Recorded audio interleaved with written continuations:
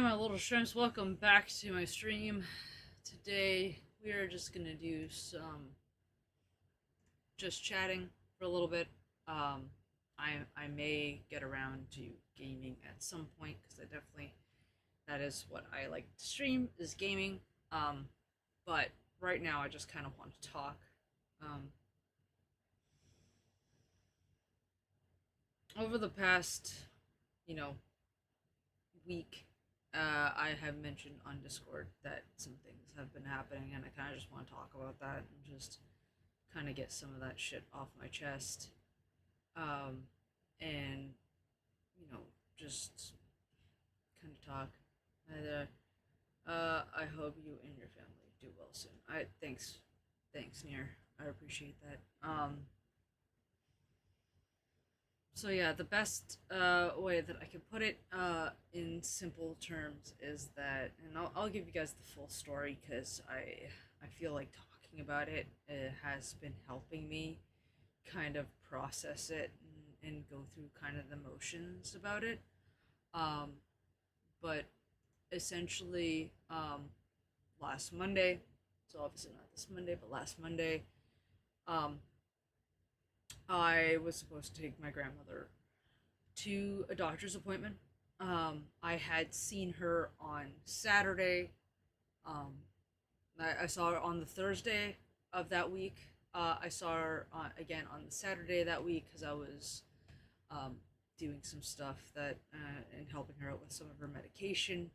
Um, and then, you know, I was going to see her on the Monday, and you guys know I wake up at like 1, 2 o'clock in the morning for work, so I had woken up at 1, 2 o'clock in the morning for work. I got, you know, myself together for work. I got to work. I was working, and I was rushing at work to try to get off as quickly as possible because I needed to get my grandmother to an appointment at 12:45, and given her age, she's 89 years old, 90 this year, in October.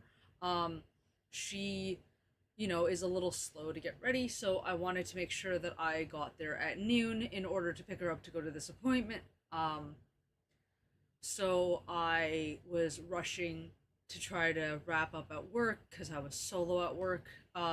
That Monday, my parents were off, out of town, and during the last phase, which is kind of like the paperwork phase of my responsibilities at work, I was, doing my thing, and I gave my grandmother a call. Now, I always do this about, a half hour before I get to her place. I give her a call to let her know that I'm on my way, so she has a half hour to kind of get ready. And, because of her old age, she's never ready on time, so it gives me, some buffer room for her to actually get ready and stuff. So I called her up, and I didn't get an answer. Which, the first phone call for me not to get an answer, is understandable. She's older, she takes time to get to the phone, and she only has a handful of phones around the house, so, and her phones are landline, she doesn't have a cell phone. So for her to miss the first phone call, is understandable. I call again. She still doesn't pick up the second time. Now, that's a little unusual for her. But understandable still, because again, she's older and it takes her a while to get places. So, second time, okay, yeah, she doesn't answer. She'll probably answer on the third phone call. Third phone call. She still doesn't answer, and that's when I start to worry. 13 phone calls later, and my paperwork is done. She still hasn't answered the phone. I'm like, this does not sit right with me. Something's wrong. I call my parents because they were supposed to meet me at work to, you know, they were supposed to meet me at work to pick up some paperwork from me, because they were going to meet me, there to pick up paperwork, and they were running late. So they're like, you know what, we'll meet you at your grandmother's house. We'll pick up the paperwork there before you take her to the appointment. And I tell them, my grandmother is not answering the phone. Something is definitely wrong. Now, here's the thing, is that a couple months ago, I live in Canada, and we have a handful of service providers via phone and internet and stuff like that. And one of the worst ones, they're all bad, but one of the worst ones my grandmother is with. So I had set up pre-authorized payment for her phone and her television, and they didn't set up the pre-authorized payment properly. So a couple months ago, her phone and TV cut out because she wasn't paying her bills, even though she was supposed to, and we had set it up. She wasn't paying her bills, so I thought, okay, don't panic. Maybe it's that again, because I did forget to set it up again a second time. I've been really busy. I'm like, okay, maybe it's just that. Maybe I just fucked up again. Not again. This will be the first time I fucked up. Last time it was Rogers who fucked up. But I'm like, you know what? I probably fucked up this time. I'm not gonna panic. But in the pit of my stomach, I knew that something was wrong. But I was trying to keep positive. I'm trying not to speed on the highway, get to my grandmother's place, and I get there, and my grandmother has a habit of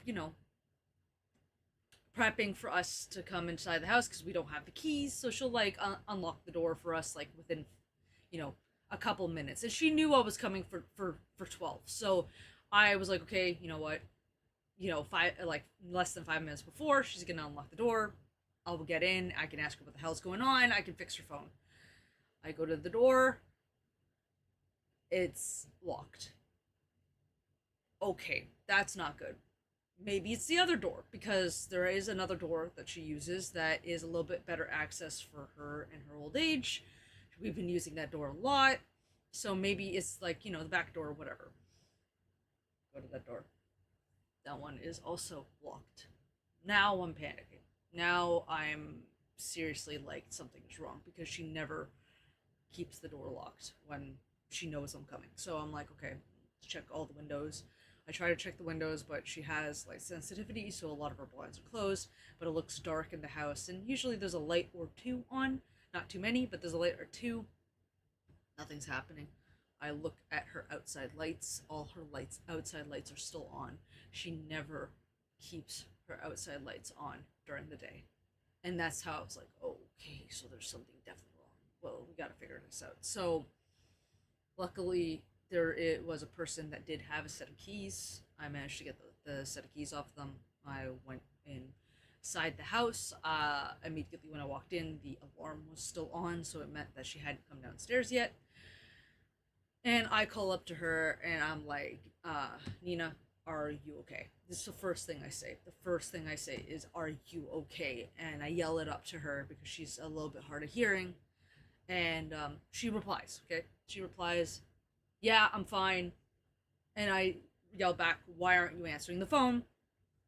She says, I don't feel like answering the phone, okay? Now, my grandmother is an 89-year-old grumpy Italian woman, okay? When she is grumpy about something and she doesn't want to do something, she does not do it, and she will vehemently say that she won't want to do it. So when she said, I'm fine, I didn't feel like answering the phone, I believed her, because that sounds like something my grandmother would say. So I go to the phone. The first thing I check is the phone, because again, she responded to me crystal clear, cognitive, from upstairs. So I assume, she's getting changed, right? She's just taking her sweet time to get changed, which is normal, and that she's getting changed. So I go and check the phone. I call my parents from my grandmother's number. They answer the phone, no problem. I hang up and say I'm going to go check on her in a second. I take my phone and I call her number to see if she's receiving phone calls. She was. It rang. Everything was fine. So then I call up again. I said, Nina, why aren't you answering your phone? Again, she replies that she didn't feel like it. She didn't want to answer the phone. And I start going up the stairs. And if you're not a fan of a little bit of graphic, this is why, profanity immature stream. You can turn away now for like a minute or so, because I'm just going to mention a couple things that are not, that nice. When I get up the stairs, I smell something that I have very bad memories of. Essentially, if any of you have old grandparents and they've ever been in seniors' home, you know that smell. It's the smell of fecal matter, that type of thing. And I had bad memories of that smell because my grandmother on my mom's side was in a nursing home, and it smelled like that all the time. And the smell kind of hit me like a ton of bricks. And for a split second, my brain went, oh fuck, something's wrong. But then immediately, because this was such a not great memory, that smell, my brain kind of blocked it and was like, no, no, no, this isn't, this is not, you're imagining the smell. This isn't what's happening. It was there, but I was so worried that my brain just shut down the idea, and I proceeded upstairs. And when I went to go to her bedroom, I found her on the floor, you know, soiled, and not. She's moving. She's alert, but she's not really moving. And I was like, oh fuck. I My worst fear has just come true. I found my grandmother on the floor, and she looks weird. Her face looked weird. Her talking was weird. Everything about it, she just did not look like herself. And I said, what happened? What's going on? She said she fell, and I said, okay. Oh well, holy shit. So I called my parents first thing because I know they're on their way, and I said, and here's the thing: my grandmother is a narcissist. My grandmother likes to play up things, to get attention. This is how she's always been. I knew from the sight of her that this was different, that this was legit and real, but I had to, like, my parents were on their way. I had to tell them first before I moved because my grandmother would give me shit and my parents would give me shit if I decided to call an ambulance right away because, again, my grandmother has cried wolf so many times that nobody believes when she is not well. But I could tell that she was not well, and this was something serious. I called my parents. They're like, "We'll be there in 5 minutes. We'll assess the situation." I said, "Okay," and I just kept talking to her and being like, do you know what day it is? Do you know like what's going on? Like, are you okay? Can you get up? Can you hold my hands? Like, I was doing the like, we thought maybe it was a stroke, so I was doing the stroke test. Like, smile at me, put your arms up in the air. What's the date? What's the time? And she was getting her days confused. She thought it was July of 2022, but overall, she could smile, symmetrical smile. She could raise her hands really well, but she was kind of talking incoherently and stuff. And I was like, okay, did she hit her head? I don't see any damage to the back of her head. I don't see any blood. I don't see anything like that. But she could have still, who knows? But it was her knee. Her knee looked wrong. Like, her knee looked bruised. And I was like, okay, so there's a problem with her knee and she's not getting up. That was the big thing, is she was not getting up. So my parents arrive. My dad doesn't do well with this type of stuff, so even though he is her son, he can't see that type of stuff, and I'm a split between my parents. I can't handle needles and that type of shit. Um, oh fuck. Okay, hold on. Give me a second. I don't know what this is, so let me just grab this phone call real quick. I'll be right back.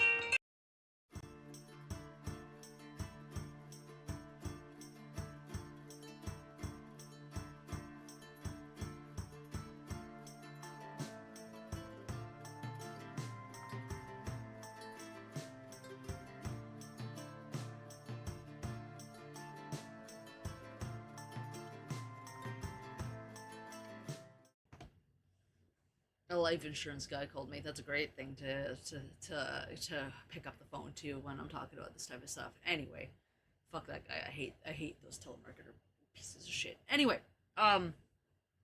so my parents get in. My dad avoids a situation like the plague because he can't handle that type of stuff. My mom comes upstairs and immediately she sees what I'm seeing and oh, this is not good. So my mom, you know, talks to my grandmother. Then she goes downstairs and tells my dad what's going on. That we think this is serious. We both are on the same page that this is serious. And my mom says we're gonna call the ambulance, and my grandmother starts freaking out. She's like, "No, no ambulances! I don't want to go to the hospital. No ambulances." Now, again, this is an 89-year-old Italian woman. She is vehement. She does not want it. And I said, Nina, and this is like I've been having to because of her what we believe is onset dementia. We don't have a diagnosis yet, but we believe it's onset dementia. Lately, I've been having to treat my grandmother more like a child than an adult. I have to talk to her almost like in a baby tone. And when I have to be firm with her, I had to be firm with her like a parent to a child.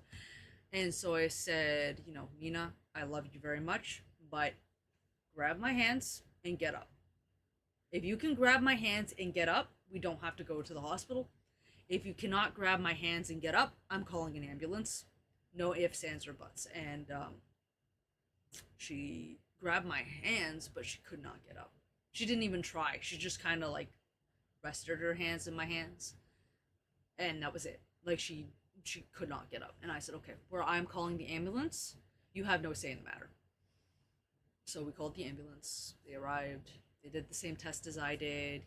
I did the test again for stroke, and the paramedics did the same thing. And luckily, it was not a stroke. And you know, they get her into the ambulance, and so my day, which was supposed to be a day from 2 a.m. to about 6, 7 o'clock, turned into a 27 hour day of going to work, finding my grandmother, and then going to the hospital with her and waiting until we found out the results of everything. So we found out that she broke her kneecap.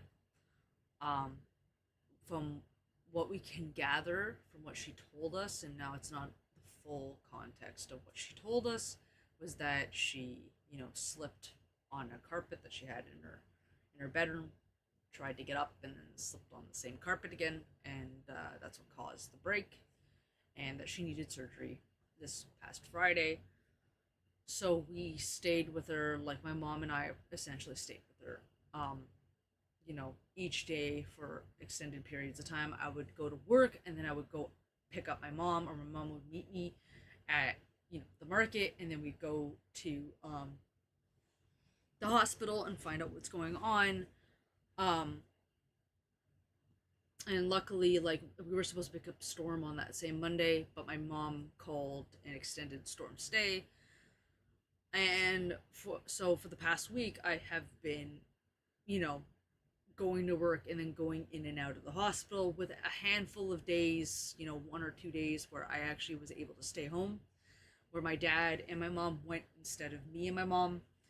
And those days were mixed with me just sleeping and trying to catch up on the sleep that I missed, because I was running on less than 10 hours of sleep for 3 days straight because of what was going on. Good thing is that she's had her surgery. It was successful. However, my grandmother, again, is a stubborn woman, but on top of that, we, again, believe that she has onset dementia. And so she was very confused, delusional, a bunch of things, and she's giving the nurses a hard time. Again, a narcissist who wants everything done for her, and a very hard woman to deal with. I am profusely apologizing on our family's behalf to every single nurse that I see, because she is a extremely hard woman to deal with.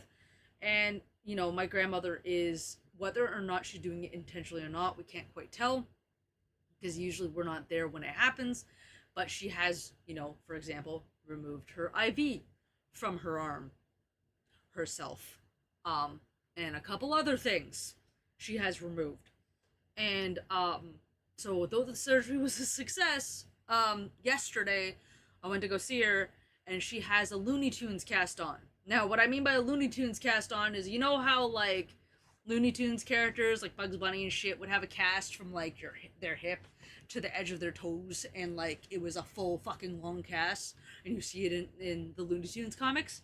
Well, yeah, that's what she has on right now, and we suspect it's because she tried to take the brace off that was protecting her newly like fixed knee. Like she just had surgery, and she probably tried to remove it as she did with other things, and now she can't. Um, so I believe everything's still okay because the surgery went well, and I think that now that she has the cast on, everything's gonna be fine.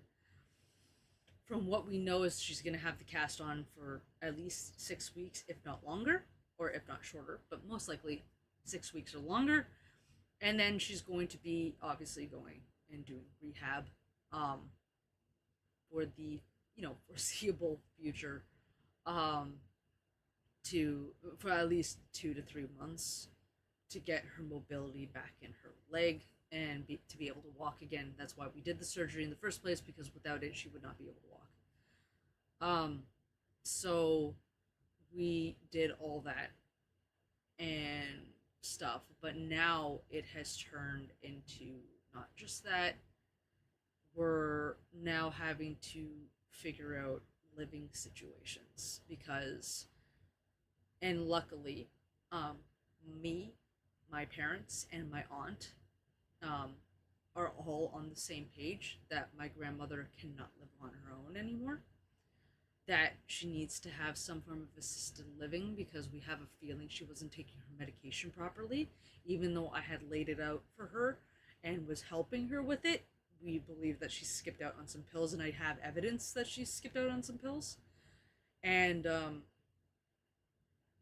now, and this is again a 89-year-old Italian woman who is stubborn as all hell and refused to talk to anybody about anything that had to do with other stuff. Also, Doisy, thank you so much for the heart. I appreciate it on the clock platform. I appreciate it.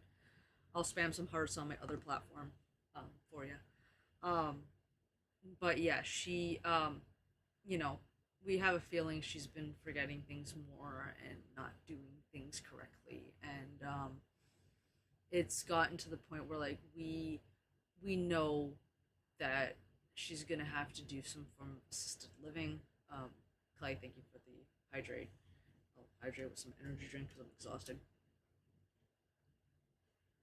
And I will take that treats for Stormy and eat it at her face for a second here. We'll take a break from my conversation here. Oh, she's awake. Okay, here you go. she knows, eh? And stuff. So right now, and this is a task for my dad and my aunt, but mostly my dad, is he now has to talk to my grandmother about what's gonna happen next, which is gonna be a very interesting conversation when we finally get to it, because again, she will deny it and not want to talk about it and not want to talk about it, and at this point, it is a conversation that cannot be ignored anymore, because we didn't have this conversation sooner because she wouldn't let us. We now have to find her a senior's home with assisted living, which there's a long waiting list for this type of stuff, and it's going to be a situation where we have to now find something that is nice and that we can like, because my dad is very much we need to find a really good, like, legit, clean, new, high end place to put her, that she's going to be happy, or as happy as she can be, not living at home, that she's will be safe, and there's no chance of things, not negative thought things happening. And we gotta look into places now for that. Wish you all luck getting her in one. Yeah, thank you.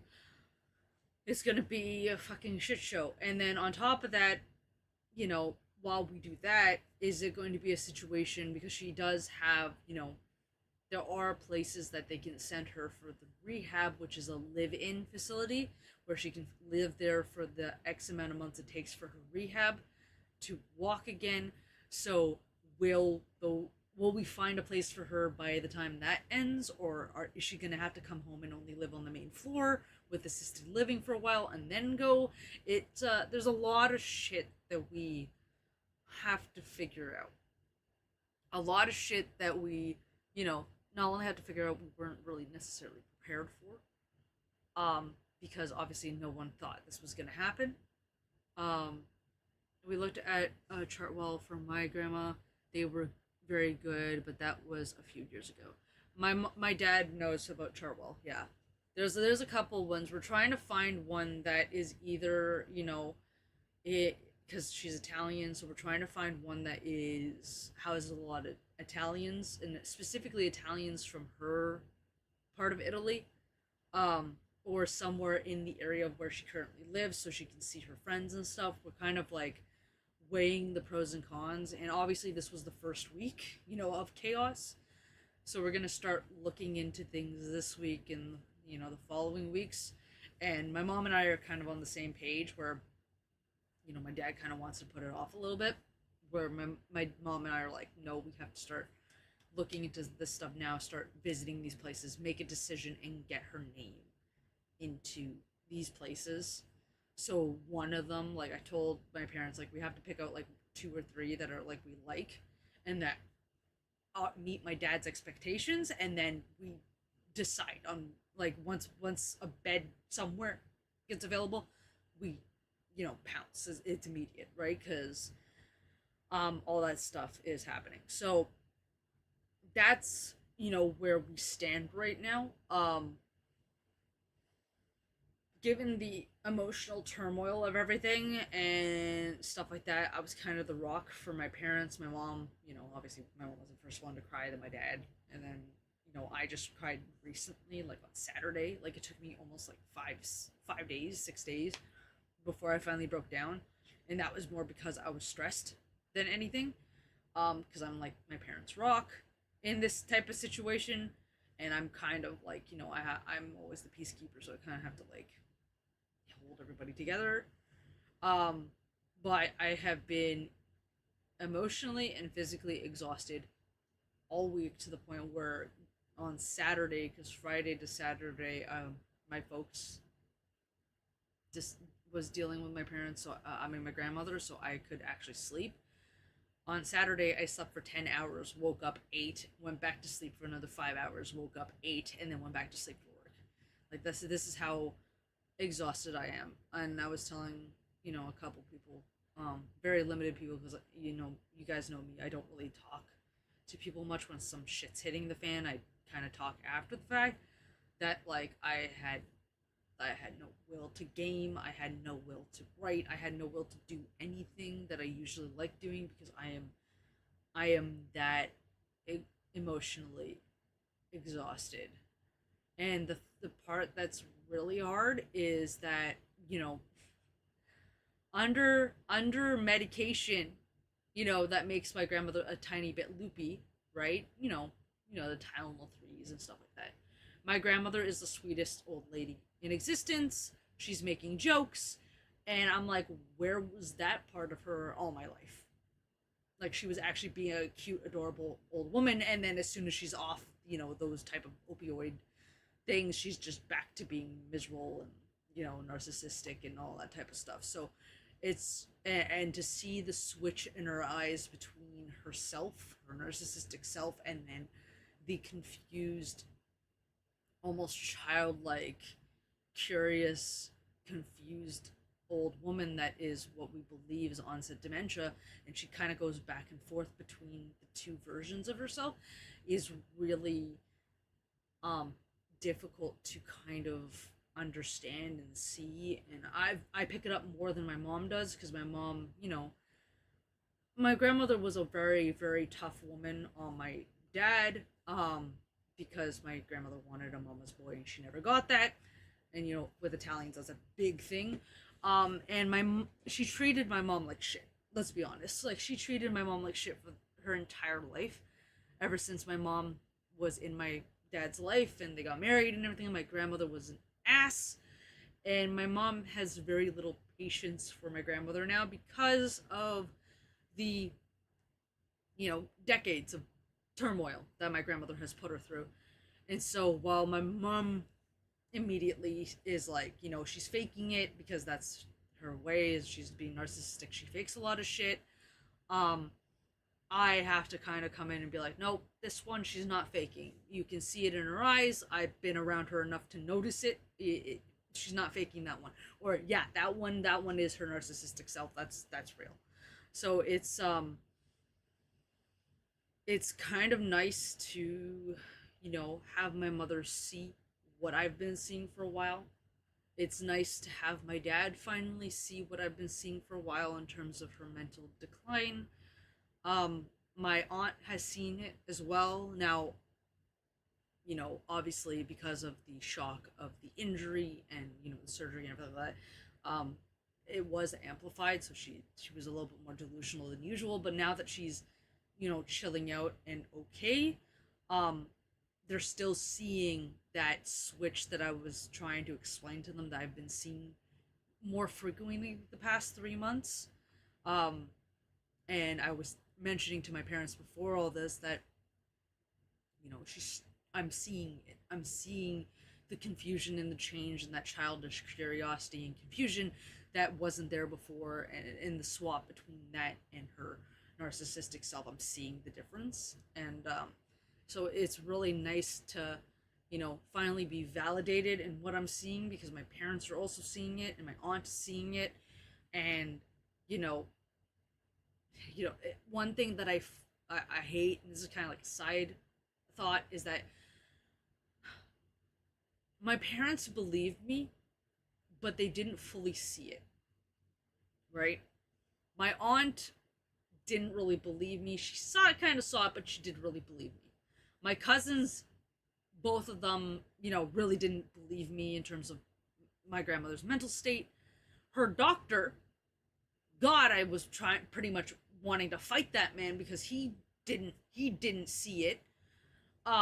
And I'm like, dude, it's right in front of your face. Like, she's mentally, you know, going. And the problem is that because I am the granddaughter, right? Not the son, not the daughter, the granddaughter, and I have a relatively youthful appearance for being 31, no one fucking takes me seriously. Nobody. The hospital doesn't take me seriously. The doctor didn't take me seriously. Nobody took me seriously. And my parents, they tried to, but they weren't fully believing it because they don't see her as much as I do.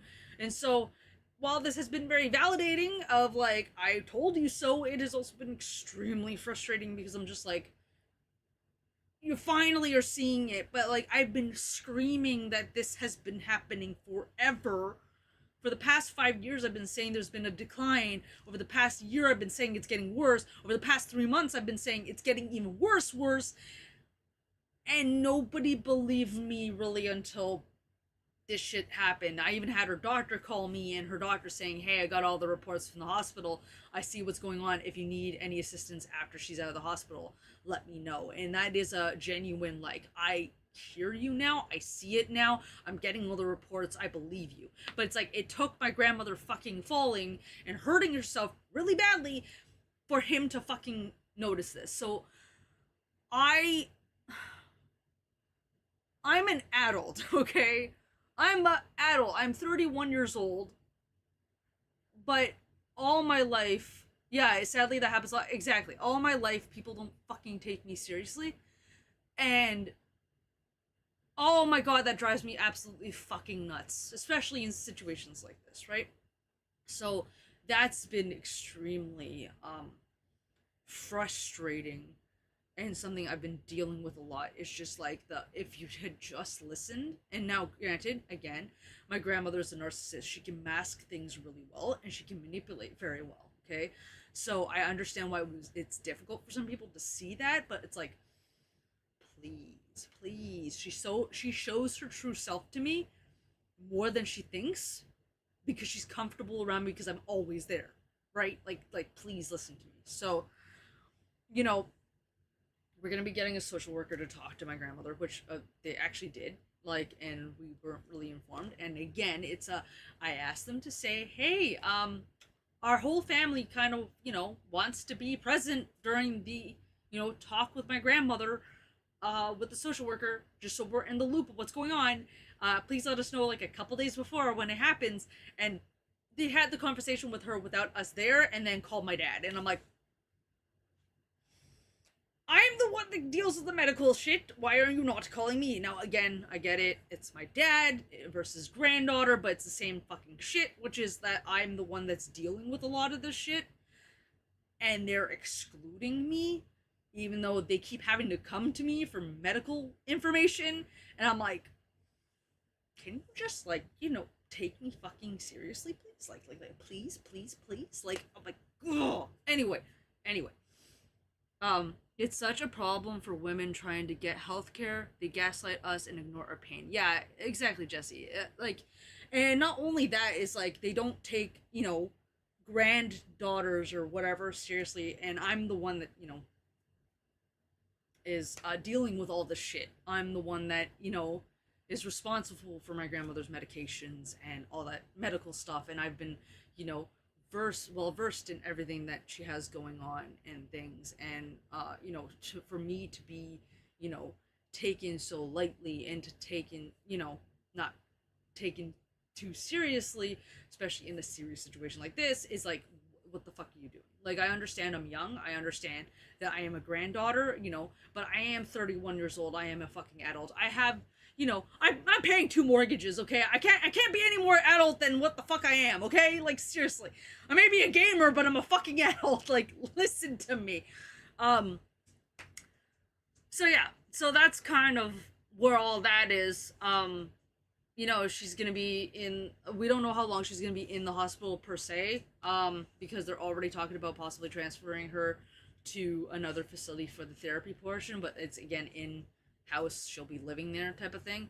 But we don't quite we're not quite there yet on that type of stuff. And another thing, which, like, I have mentioned this a couple times on stream and stuff, is I had a plan, as I do have a lot of plans. Like, oh, I'm a planner, I'm a future planner, I plan everything, and everything goes to shit usually. But in order for me to kind of have financial freedom, as I've mentioned to you guys before, like, from the family business, get some freedom from that, a little bit of freedom and stuff like that, I am trying to do things like streaming to you guys, some of my other YouTube channel. I've got a couple other side businesses that I want to start up, but I haven't quite started up because it requires all this chaos to get cleaned up and stuff. One of my side businesses is owning property and being a landlord. I have one property that I purchased. It was my first place. I paid it off, my mortgage, and then I now have an investment mortgage on it that I use to help pay for this place, because again, I have a mortgage on this place as well. So this was a plan that my grandmother was completely aware of. Okay, my plan was that I was going to buy her house, and she often said, you don't have enough room, because I had to store a bunch of things at her place, and she says, you don't have enough room for all your stuff. I said, I know. And she's like, you should own a house. And I said, I know. And she's like, you should buy my house. And I'm like, I will. And this has been a promise that I've kept over and over for my grandmother. She keeps saying, you should buy my house. And I said, I will. It has been, the past 10 years that she's been saying, you should buy my house. And I said, I will. And that was something I planned to do, and I still plan to do. And that I was planning, and I had a plan. The dream, the big like light bulb dream, and in the clouds and shit like that, in the thought bubble, was that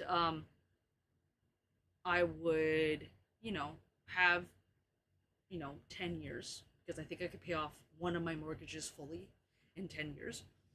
That I'd have 10 years to pay off my mortgage, and then I would start saving up and have enough money to purchase my grandmother's house like I promised her that I would. Now, that was unrealistic. Okay, I know that's unrealistic because of her age and how she was progressing. So I said, okay, you know what? Let's reduce that by half. 5 years. I'm going to give myself 5 years to pay off my mortgage or as much of it as I can. And then, I can do as I promised, which is she wants me to buy her house. I will buy her house. And that included a year of prep, which is this year that we're currently in, is my year of getting my house together, and then taking 4 years and hitting streaming hard, hitting YouTube hard, hitting the other businesses I was planning on doing hard to garner enough income to pay off my mortgage as quickly as possible, get it below halfway. That way I would have wiggle room to take on a third mortgage here. Like, we're thinking 3 mortgages at once, okay? Which is extremely fucking difficult because I'm already having trouble with the 2. But I'm very ambitious. I've always been, trying to achieve in fucking impossible goals. So you know what? I was like, you know what? I can do this. Between all the things I want to do and working with my dad, I could totally, I could get this done, right? That timeline has now been bumped up. So instead of it being 5 years, the timeline is now about 2, at the most 3 years. That means, we don't know whether or not my grandmother's going to go back to her house at all. And I still have that, thing. She's asked me, she's like, if I can't go back, are you going to buy my house? I'm like, yeah, that's what I promised you. That's what I'm going to do. And it's like, holy fuck.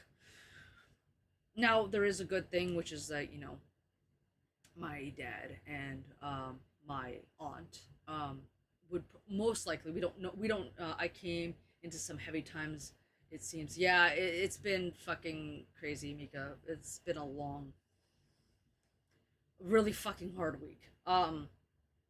So essentially, we don't know the will. We have no idea what is in my grandmother's will or anything like that, but we suspect that the house, all of my grandmother's assets are going to be, eventually. She's alive, okay? For anyone that's new here, she is alive, and she's okay. But, her assets would be split half in half. So half to my dad, half to my aunt, because they're siblings, of course. So, send positive vibes and best wishes. Thank you, Mika. Thank you. I appreciate it. I'm sending you hearts as well. So the idea, to put a little bit less pressure on me, because my dad knows this plan. My dad is on board with this plan of me buying my grandmother's house and, using it as an investment property and keeping my promise of buying it, was that, I would just have to pay off my aunt, and then I'd pay off my dad later, because I pay off my debts. I always do. I do not keep my debts. If I don't pay off a debt, it's usually because I've fucking forgotten it entirely, and then that's like, oh shit, here's to pay it off right now, because credit cards, sometimes I do that. I'm like, oh shit, here's the money for my credit card. But my dad, was like, don't worry about my portion, we just have to deal with your aunt. We'll pay her off, and then you could pay me back later, type of thing. And then I would have, 3 mortgages, which is fucking ridiculous. And even though I have my dad's support, and I've been very fortunate that my dad, he helped me, with my first place, purchasing it. My first place, I put a good chunk of money down. My dad helped me with the rest, and then I immediately got a mortgage and gave him back the money, and I paid the mortgage off by myself. Same thing happened again. This place became available. It was a little out of my budget. My dad helped me out, but again, I got a mortgage, 2 mortgages right away to pay him back, because I'm like, I do not want to have debt to my dad or anybody, really. I pay my debts. So my dad said, don't worry, he'll help me, and the same shit's gonna happen is I will pay him back, and I'll have a 3rd mortgage, and shit. But it mentally, in my head, it is stressing me the fuck out. because I'm like, I do not know in the current state that I'm in how I would be able to pay for 3 mortgages. And my dad said, "Don't worry, he's got my back," and I know he does. I know he does. He is an awesome dad. I know he always has my back, but it's still stressing me out. Even though I know that he's got my back, even though I know he's on my side and he'll help me, I'm still feeling the financial stress. So I've got that. I've got dealing with my grandmother. I've got the fucking market season. We're in the 6th week of hell, peach hell, and I am going fucking insane over there. And I am not getting enough sleep. I'm not sleeping at night very well. I'm chugging energy drinks daily to keep awake and to keep functioning. And I literally was telling some of my friends, I'm like, I'm so stressed and so drained and so defeated over everything that's fucking happening that I almost have no desire to play any video games. And that is my last, what I call a trifecta of happiness for me. My trifecta of happiness is crafting, writing, and gaming. It is the triangle, the trifecta of happiness in my life. If I do one of those things, I'm really happy. But if I do all 3 of those things, bounce between them, or bounce between 2 in a day, or even just do 1, I'm happy. But that is, the trifecta of my happiness, the triangle. And I can't craft because my crafting room is a catastrophe and I can't even get in there right now. And I've had, because of all this shit, no time to fix it because I'm just exhausted when I get home. My writing depends on me being mentally, alert and, getting enough sleep, which I have not been, so I can't write worth shit either. So, you know, crafting's off the table, writing is off the table, and now my gaming, which is the one thing that sustains me during the market season right now, and in general has been the one thing that's been sustaining me for the past 3 years that I've been dealing with a bunch of shit aside from what's happening now, that one has crumbled as well. Because during this entire week, I played video games twice. Once was a single game of League, which was in 5 minutes of starting that game. I was like, why the fuck did I do this to myself? I really don't feel like playing. And then the second time was, my friend, I was online yesterday. Paul happened to be talking to me. I said, hey, for whatever reason, I'm thinking Don't Starve Together. Do you want to join me on it? We can only play for like an hour. I just need to do something and feel like I'm normal again. And we played, and it was fun. I will admit, it was fun. I enjoyed playing with her, but by the time we were done, I was mentally exhausted again. Um, and I know you think, oh, Don't Starve Together, what, like, it's a cozy game, but like, it's horror. What the fuck are you doing? But it was literally the only game on my roster of games I have on my computer right now that I was like willing to play. And I think it's just because I needed a bit of a challenge, but something that was cozy-ish, that I was like, okay, I'm just gonna gather shit and try not to die, kind of thing. Like 7 days, but without, you know, shit of 7 days. So yeah, it's kind of why right now even we are in just chatting on Twitch, and we're in the other topics on other platforms because I genuinely, I don't know whether or not I want to game.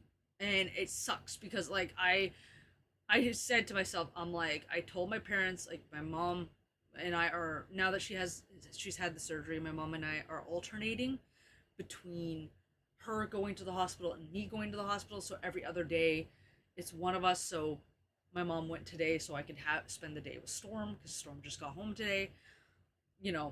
My mom is going to, like, I'm going tomorrow to visit my grandmother, and we're going to go back and forth. And so I said, Mom, I love you. Please let me have the Monday because one, Storm is here and I get to cuddle her for my nap, and I know that will make me feel better. But then I also want to stream. But even, writing the announcement, telling you guys that I was going to be live, and, doing all this stuff, I've just been like, I don't even know if I want to game. And I do have a game in mind that I may pop into eventually, which is like the BioShock 2 trials, because I said I wouldn't finish them. But, you know, I don't want to start BioShock Infinite when I'm like feeling like this in the moment. Like maybe next Monday I can, but like right now I'm like, I don't want to touch it with a 10-foot pole because I know I'm not in the right mind for it. But at the same time, I don't want to play League or something like that where I just don't feel like playing any other game.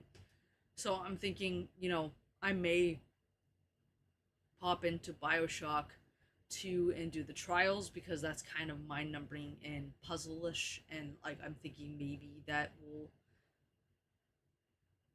you know, make me feel a little better. I'm not entirely sure.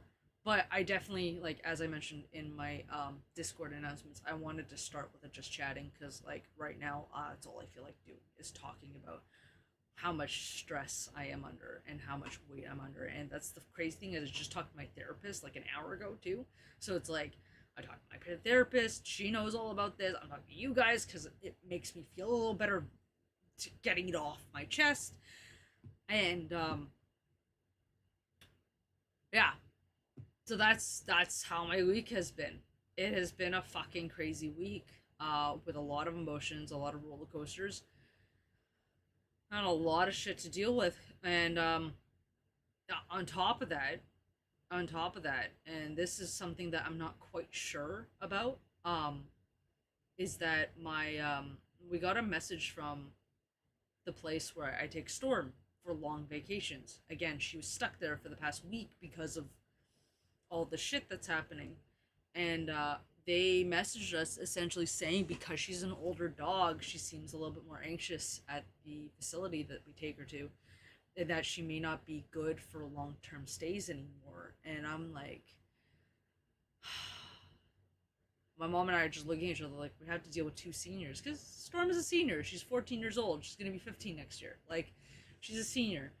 So I have a theory, which I mean, you guys can say, "Oh, it doesn't make any sense. Oh, you're fucking insane." But I have a theory that Storm was anxious because deep down she somehow knew something was wrong. Because she's never had this anxiety problem ever at the place that we take her to. So I have my theory is that she just knew something was wrong, even though we were far away, and she just knew like there's that instinct that you know that something was wrong, kind of like when I knew something was wrong when my grandmother didn't message me. Like I knew. I feel like Storm had maybe a same feeling, and that's why she wasn't as um that she was anxious and as active. But then there's the other side, which is she is getting older, and there is a chance that she's can't handle staying for long periods of time away from us. And there's a high chance that I'm going to have to not go to Florida anymore, at least until you know the inevitable happens with Storm. We're not entirely sure what's gonna happen this winter. I obviously wanted to have plans with my friends, that I finally have a set of friends that I can like hang out with in Florida. And now those plans may be out the door as well because I don't know if I want to send Storm to that daycare for a long period of time. Um and on top of that, right? Um I am so on top of all this other stress, right? On top of the grandmother stress, on top of the house stress, on top of the market season stress, which is my usual stress but is amplified because of everything else. And now on top of the Storm stress, which is that maybe she can't stay at her daycare like she usually does. Um I am extremely stressed about my house. I am extremely stressed because I've had a year and a half, 2 years actually, 2 years of construction on my place to try to get it done. I just finished the rest of the construction. Now there's one last thing, but my dad and I are gonna fix it, and that's it. Like that there's no more contractors, right? And I, had high hopes. I'm like, okay, a couple times a week my mom's gonna come over, she's gonna help me put some things away because I feel like I'm mentally exhausted all the time anyway before all this shit happened, and that having her there and kind of body doubling would help me. I can get some shit done. and then I can, go and my dad can come over and put some prints up for me on the weekends, and finally get my place done and in order. And you know my place will be, I've been kept, quote unquote, living here for a total, like, starting full 2 years as of December. um so my thought process was, I want, it's been 2 full freaking years, okay? I want all the construction and all of the organizing and just getting my place in order by the end of the year. This has been my plan. This has been what I've been trying to do. And obviously, for those who have stuck around for this entire ordeal or have come halfway through and know exactly how stressed I am and what I've been talking about, I have not been able to do a single thing in my place for the past couple of months because of the market season. I've been trying.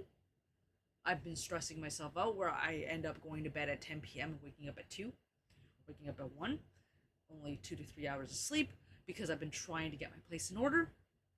But then something happens that causes my place to get more hectic. Then I try to fix it, and then something happens and my place gets more hectic. And now, with everything that's happening with my grandmother and stuff, I have no energy or time at all to do anything other than sleep, work, and deal with my grandmother. That is it. Those are the 3 things that I have enough time to do. As you can tell, I haven't streamed in like a week, and a bunch of other things.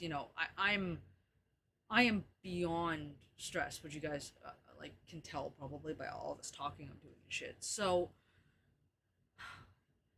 I already know that I probably won't be able to start working on fixing up my place again and getting it organized the way that I want it to be, and the way that I've been trying to get it to be, probably until the end of market season. Because even when stuff slows down by the end of September into October, I'm still having to go to work, and then from work I'm still having to go to visit my grandmother every other day.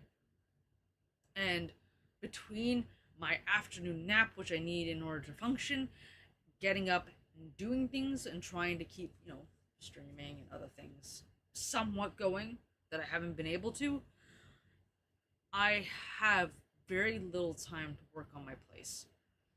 And it's gotten to the point where I pretty much told my folks that there is a very high chance that, despite what the facility said about Storm, about her not being able to spend long periods of time there anymore, and that's a different situation altogether, I may not go to Florida at all, because I don't even know how to explain it other than wanting to shake something, like just like this, that I cannot deal with another year of not having my place together. It drives me insane because I am a certain type of chaos, okay? My chaos is organized chaos.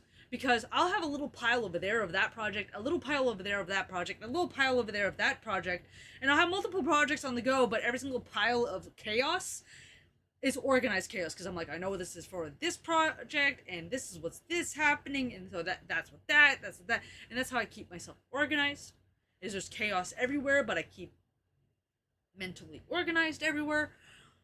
But my place is in disorganized chaos. And that is a problem.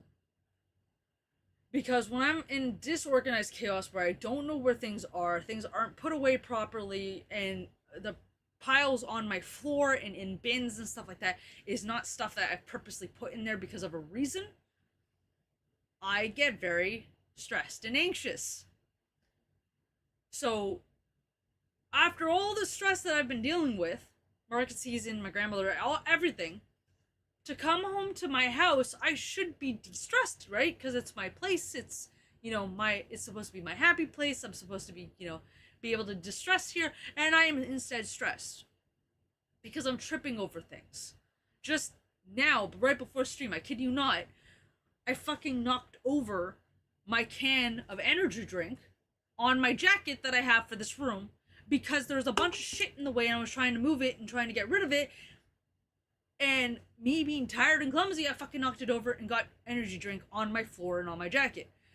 Shit like that, where it's like it was preventable, it was in the wrong spot because I've just been so tired, I haven't cleaned it up and done things, drives me absolutely insane. My entire bedroom, I have a tiny bedroom. All my rooms are tiny. This room's tiny, the other room's tiny, and then my third room, which is my bedroom, is tiny. The only walking space I have in that room is a small section in front of the front door of my bedroom, because the other two hallways, which is like strips beside my bed, a walking room, which is in front of all my cabinets, which has all my clothing, is caked with shit for my crafting room that I just haven't been able to put away because of all this chaos. Also, hello, the gullible. Hi. Sorry, you came at I'm chaos venting, stress, just chatting right now, so I apologize.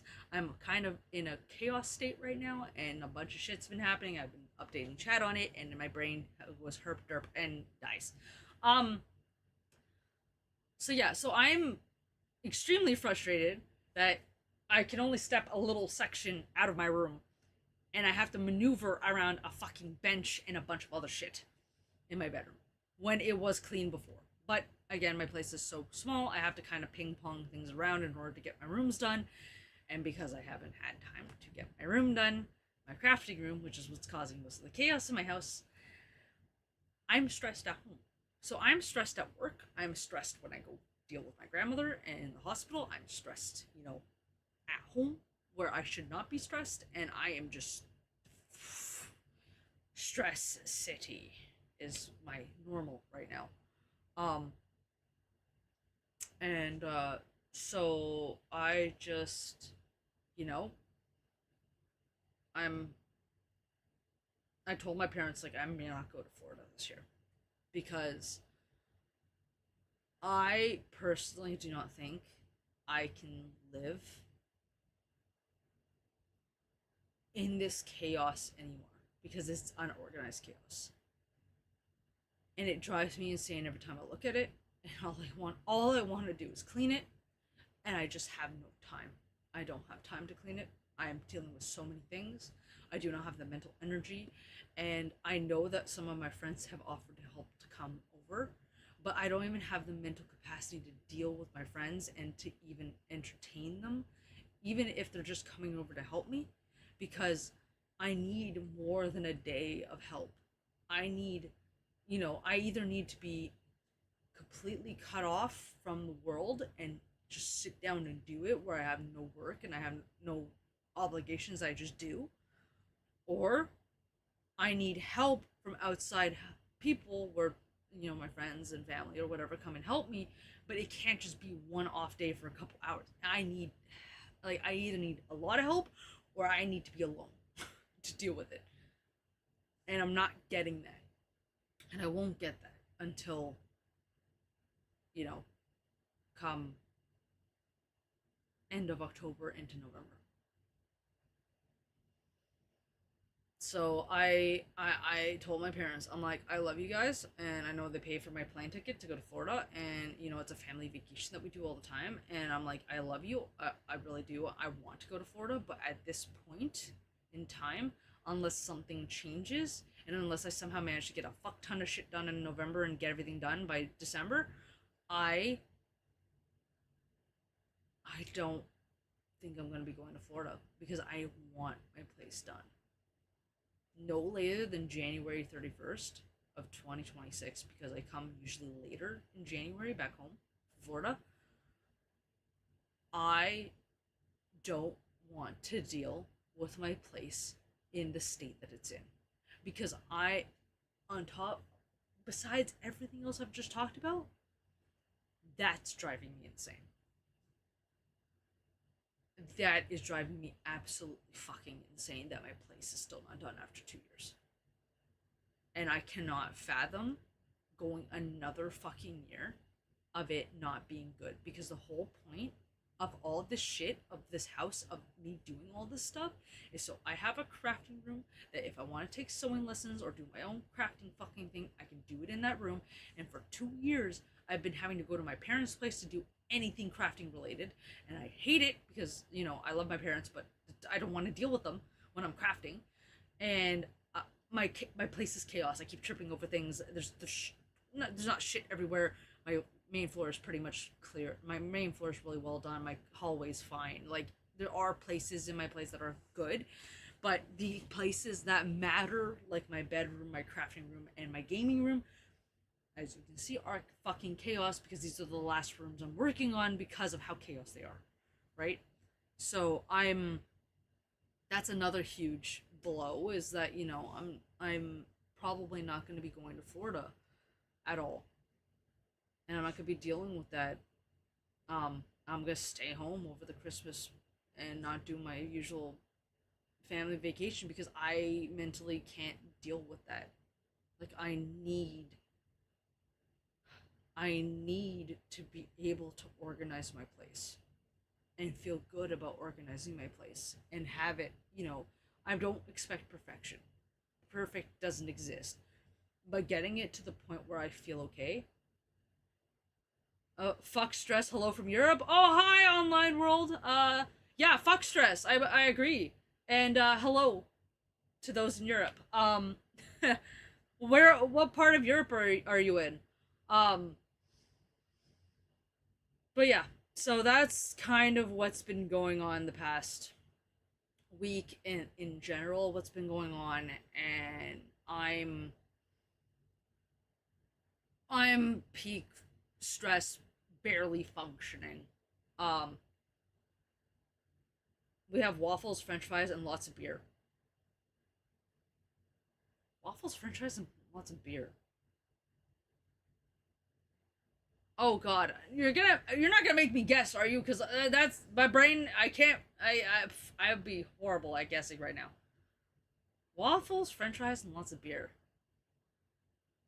I want to say Ireland, but I'm probably really fucking off. Oh, come on. Okay, I say Ireland. That's my guess. I'm sorry if I got it completely wrong. I probably did, and I apologize. Small country? Oh fuck. Okay, me and geography don't work very well. I'm very very bad at geography.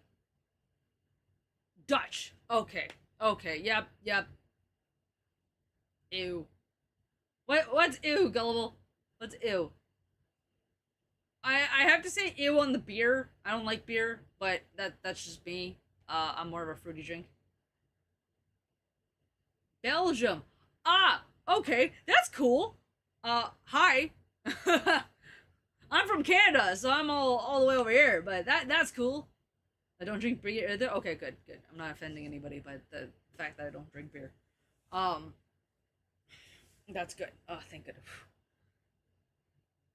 Love from Norway. Oh my god.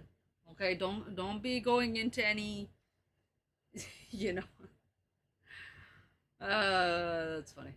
Um, we a nice place here. Okay, no. I don't even know how to. I don't even know how to um word it properly because I'm so tired. But you know. Okay, just kidding. Good. See, Gullible was just kidding. Good. We love everybody here, okay? We love everybody except for certain things. But that's obviously like, murderers and terrorists and, the bad things in the world. Like we don't like the PDF files and that type of shit. Okay? We don't like those people. But everyone else, anywhere around the world, that you're good hearted and stuff like that, we love you. Um actually I'm Canadian, but I'm half Italian, half Macedonian, so I've already got like, Macedonian, Greek, Italian. I'm European too. I'm the ham, pasta and lasagna and shit. I love pasta. It's like I really want some pasta. Canada's nice to visit. Been there twice. Yeah, like I have never been to Belgium, but I'd like to go. I've been to a couple places. I've been to Japan. Obviously, I've been like to Florida. Not the pasta hands. Yeah.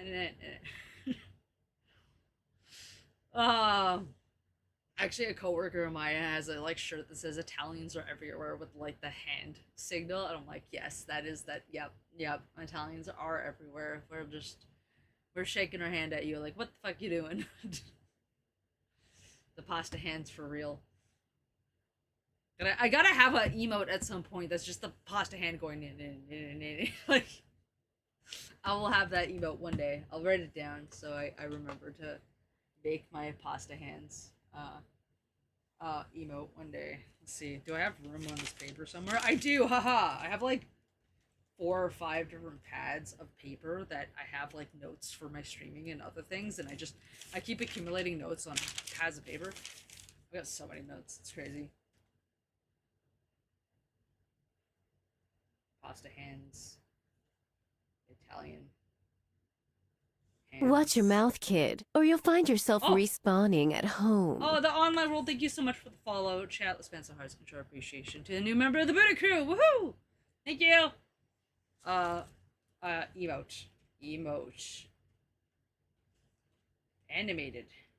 Oop, I can't spell animated for some reason. Is a must. Okay, I wrote it. You are welcome. You. Um. Okay, I wrote it down, so it's now in my notes of. And that's another thing, right? Is like I'm like I just want my place done so I can like not focus on cleaning and organizing and doing shit that should have been done a long time ago, and like to actually sit down and actually work on my streaming stuff, my YouTube stuff, my ball jointed doll stuff that I want to do, my crafting stuff, my cosplay stuff. Like there's so much, my writing stuff. Like there's so much shit I want to do, and I'm just like fucking stonewalled at the stupid organizing because of all the shit that's happening. Yeah, that's kind of where I'm at, and I can't wait for things to like chill out. But my parents and I kind of all agree that like this things will not be normal anymore. What we know is normal is no longer our normal, because life can be good sometimes in between the chaos parts. Yeah, no, I agree. We know that it's not going to be the same, um, because my grandmother is getting old and my dog is getting old, and there's shit's coming. We don't want to talk about it, but shit's coming. Um, but I'm See, that's the thing. I'm waiting for that in between the chaos part. Like, I feel like I haven't had something good in between the chaos in a while, and then the things that are good, maybe I am 41, so I know about the shit in life. Unfortunately, yeah, I yeah, it's that's the thing, right? Is like there's always shit that comes in between, but I almost feel like the good stuff, the good parts in life that are in between the bad parts in life is just almost tainted with something minorly bad, or something that really bothers me, that I'm like, I almost didn't have fun. I almost didn't enjoy myself that I should be, because I'm dealing with so much stress and stuff. 1,000 goals at once is an unreasonable tough bar to set. I I'm yeah, I get that. I get that from my dad. Honestly, like I have a bunch of different goals and bars and things I want to do. Um, that has all kind of been writing on my place being finished, and like I just it drives me insane that I just want to get it done and I can't. Like because I'm just so mentally drained right now, and just emotionally, physically, mentally drained. Like just I can't function right now, driving me insane. And like I'm gonna, most likely I'm going to be taking a complete break from my family tradition of going on vacation to like get my shit together, because I just want some time to get my shit together. Learning to enjoy yourself sometimes, even when other things go wrong or bad and give you stress, is something you can get better at. Yeah, I know. You're right. I have a therapist, so I am talking to her about like things and trying to get myself in a better headspace. Um, in general, this week has just been like amplified. Like I there's stress at this time of year that I deal with every year. I've been dealing with it every year since I was 15. Um, like working for my folks, and it's the busiest time of year this right now. So that's the stress I'm used to. That's the stress I don't mind, and I can kind of get by. It's this all of this added stress that I'm not used to. That is just completely, destroying any motivation I have to do anything other than sleep, eat, and work, and take care of people. Um,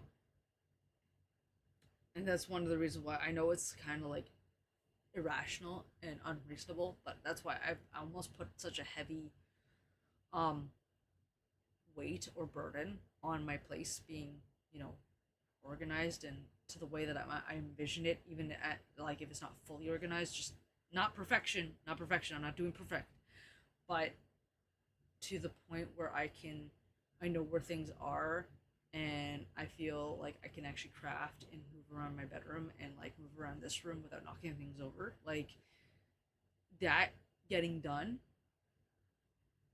lifts a lot of weight off my shoulders because then I will have the time to do the things that I want to do and the time of things that I've been planning and I'm telling you guys, I have like, okay, aside from Markiplier being, there, I bought his calendar once and I have like a half naked picture of Markiplier. You sound like a smart person. I'm sure you'll figure it all out. Thank you, thank you. So for example, like I have a binder, and this binder is filled with just notes of things I wanted to do for my stream and things I wanted to do for my ball jointed doll business, things I wanted to do for my BJD YouTube channel, like, and other things. I even have another tab. Like, I have an entire binder of stuff that I've been thinking about and mentally planning, but I've never had the time to implement. And remember how I was talking to you guys about like how I have like notepads of notes that I have for like stream stuff and stuff that I've been wanting to do. Here, I'll show you guys. That's 4 notepads worth of notes. And you can tell the pages have been ripped off. Like there's pages I have ripped off, but these are all the pages that have notes on them that Watch your mouth, kid, or you'll find yourself respawning at home. Thank you so much for the follow, chat. Spencer Hearts of appreciation to a new member of the Booty Crew. Thank you. But yeah, see, like this, I have 4 notebooks of stuff I would like to implement, of ideas of like emotes and other things that I've been wanting to do, just haven't had the time. That entire binder, another one. I have another binder somewhere, with more ideas and notes. Like I've got like a booklet. I think it's over here. This is where my stream stuff is. I have like a little stream area. Like this booklet. It's held together by an elastic band because it's filled. Those are all drawings and notes that I made for my stream. Like, I've been streaming for 5 years on and off. This was my first year that I was like dedicated streaming consistently. Obviously, I kind of broke that with, a couple of weeks there that I haven't been active because I've been trying to get my place together. But like, I'm telling you, this is 5+ years. Okay, for the stream stuff, it's been 5 years of notes. More like four, because I was primarily a League of Legends streamer before, and then after, some reflecting, I was like, okay, I don't want to be just a solely League of Legends streamer. I want to be a variety streamer so I can play other video games and stuff, and like do cooking streams and just chatting if I wanted to, like all that type of stuff. But I started that game a month ago. Oh no. I love League, but it's not for everyone, I can tell you that. But yeah, I for the past 4 years, I've been making notes of how I want to fix things on my stream. God, I feel older. Don't even worry about it. As long as you're having fun with the game, don't worry about the community. The league is toxic. Okay, you just have to roll with the punches and like not give a shit what people say. Honestly, I play ranked. I used to play ranked league before bed. Right now, I'm too stressed to do so, but I usually play ranked league before bed because it relaxes me for some stupid reason. Like I'm an anomaly with league. Um, but yeah, oh, I can't stop laughing when I play it and people get mad. Right, yeah. I say if you're gonna get mad in ranked games. Don't get mad in norms or ARAM. It doesn't make any sense. But yeah,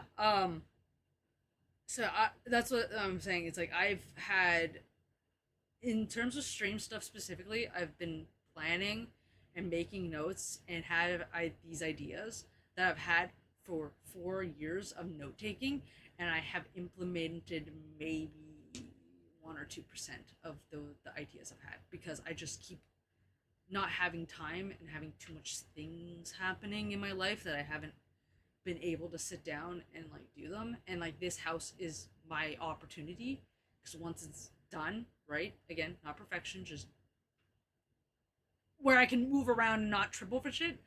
Like once that's done,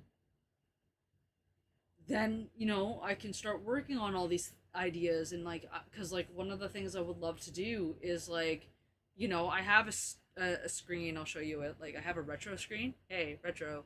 I know I'm a little off in I'm sorry for all the vertical people. Like this looks horrible right now because it's not set up. But on other things, it's like I can have my shit over here, and then you guys can see it. Obviously on mobile, I have not figured that out yet for you guys. But I have a screen specifically for crafting or again half done vertical. You guys suffer for a little bit because I have to figure that out. I have a screen for being able to do all these cool little crafting things that I want to do, whether it's cooking streams, whether it's crafting, whether it's me making emotes or something like that. Like I want to involve you guys in the process of all these notes that I've taken, and maybe do, because I do a stream usually 3 times a week. So I'm thinking like one day is a solo stream day, another day is a group stream day with some friends or collabs or whatever, and then another day is working on the stream and like making new emotes and stuff like that, right? And I've been wanting to do that forever, just I don't have the mental capacity to do it right now because my brain function and everything is just so focused on dealing with my house and dealing with the shit that's going on right now in my life. So it's like my goal all year has been, I'm not going to set high expectations for myself because I know shit's going to hit the fan, and it has. But one thing at a time is the best way to get things out. Exactly. So my one thing right now, my one thing that I have not been able to work on, but it's there. My one thing is just get my crafting room done, because that is the room. Like this room will take me a day to get organized. I've done it multiple times. I know what needs to be done. This will take me a day. That crafting room is going to take me about 2 weeks if I have the entire 2 weeks to myself. So yeah, I run a business and I got 17 workers. I have to plan a lot. Yeah, I work for my dad, so I have to plan a lot too, and like life is planning, right? Like so I'm like, I try to set realistic expectations because I have a tendency of not. So I'm being more consciously aware of the expectations that I have on myself. And right now, the expectation that I have is I don't expect myself to finish the crafting room in 5 days, 3 days, a week even. 2 weeks. I have 2 weeks to myself with my parents and nobody bothering me. That crafting room would be done. I know myself. In 2 weeks, I would be done. This room, a day. because it's pretty much done except for a couple things that are chaos around me, and I just need a day. One step at a time. In time, it'll work out. Yeah, I know. It's just, it's frustrating, right? It's like I know what I need to get it done. I just don't have the capacity to do that to get it done, and I think that's what's frustrating me the most. And the same thing for like my bedroom, right? My bedroom, a lot of the chaos in my bedroom, actually, all of the chaos in my bedroom is from my crafting room because like my place is so small. I have to like move things into other rooms in order to work on the room, and I've gotten a lot of fabric and other things from my grandmother lately, so I'm trying to incorporate that into whatever exists in the room, and that's like a whole ordeal.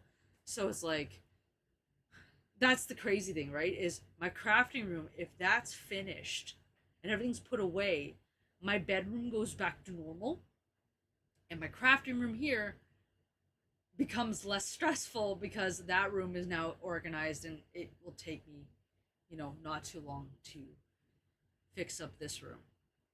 So it's it's it's a lot. It's just, I'm just waiting, like, and I know the next 4 weeks because we're in week 6, so week 6, 7, 8, 9, and 10. Okay, so 5 weeks. These 5 weeks that are happening right now is the most busiest time of the year at work. So I'm not putting too much pressure on myself right now to do anything. But given the situation with my grandmother, I feel like even the next month after that, you know, is going to be hectic. And then it's like in November, usually November is hectic because I'm trying to, like, prep for Christmas and other things like that. And that's why, like, as I said before, I've told my parents, like, I may not go to Florida because I need time. And not only time, but I need time to be alone with my thoughts and with myself. Like, if I'm left alone, because usually after the market season, I need about 2 weeks to reset myself and get back into the swing of things. So it's like, if I'm alone completely, they don't bother me aside from me having to go visit my grandmother every now and then. Like, just leave me alone for a little bit. You would see an improvement. Like, you're gonna, like, right now I'm exhausted. Like, I'm a lot more high energy than I'm actually decently high energy today despite being tired. But like, usually I'm even more high energy than that when I'm playing video games. I can't wait to get back to that. But yeah, I just need time. That's what it is. I need time, and I don't have any. And I'm like looking forward to the end of the market season because I'll have more time and I'll be able to actually get some stuff done, and then I can actually do things that, you know, I've been planning for years at this point. Like, and I'm so excited for this stuff, but like, it's crazy how one thing that is the, did I just see a fly? You guys saw that, right? There was a fly that just flew by my camera. You son of a bitch. Where'd you go? Oh, you're on the beads over there. I see you, son of. I don't have a fly swatter, so you're just gonna chill there. Do not move, sir. You saw it? Okay, good. Yeah, that fly just fucking came out of nowhere. I don't even know where he came from. I think he's behind the blind now. Okay, you know what? He can go fuck himself. He's over there. It's fine. Um, that was so bizarre. That was so random. Like, I know that every now and then, like, a piece of dust will fly by the camera, or like on occasion a fruit fly if I'm like eating fruit and like a fruit fly happens to be around. But I've had that happen a couple times where there's just been a massive fly that just happens to be in my room, and it's like, hey, you're here, hi, and I'm like, why? Like, why are you here? Leave me alone. I got other shit to do aside from like trying to swat you out of the air. Um, do you use one of those lights that shines on your face? Yes, I do. I have a light right here. You can see it's like right there. I do have an influencer light. Yeah, I've also got. Well, I don't have a ring light. Mine's at like a bar. You can actually see it like above my head right there. That's the bar of light. Is that not very hard to look at? No, no. I mean, it's a diffused light, so it doesn't hurt my eyes necessarily. And where my camera is, like right here, like the light's off to the side over here, so it's not too bad. Um, it doesn't bother me as much when I'm okay. That's nothing. Okay, we're okay. When I'm streaming on not streaming, but when I'm making my YouTube videos for my ball jointed channel, English, I have like one, two, three, four lights to son of a bitch fly. Four lights to like light up my area properly and myself so it looks good. Would you stop flying around me? Jesus, I see you. I'm ready to like just smack this fly out of the thing. Yeah, family should understand and respect when you say no without further explanation. You shouldn't have to fear disappointing family ever. See, gullible, I agree. The problem is that I come from I'm second generation Canadian. My parents were first generation Canadian. My grandparents, came from Macedonia and Italy to Canada. Um, so while my parents are very modern and they're not that traditional, not as traditional as my grandparents, for example, they still hold some traditional values with how they were raised and stuff like that. And so, you know, they always tell me that I won't disappoint them with anything I do or whatever I'm trying to do, and that, I can say no and stuff like that. But given the way they were raised, oh my god, the fly's right there. Son of a bitch. He just landed on my screen and then disappeared. Fuck, I need a fly swatter. I don't own one. Oh, I'm gonna kill this thing. Anyway, you know, I still have a fear of disappointing them. Like that's just been a thing. Also, I apologize right now. I have a towel here. I am about, if it lands on my monitor again, I'm about to whip this this fly into shape.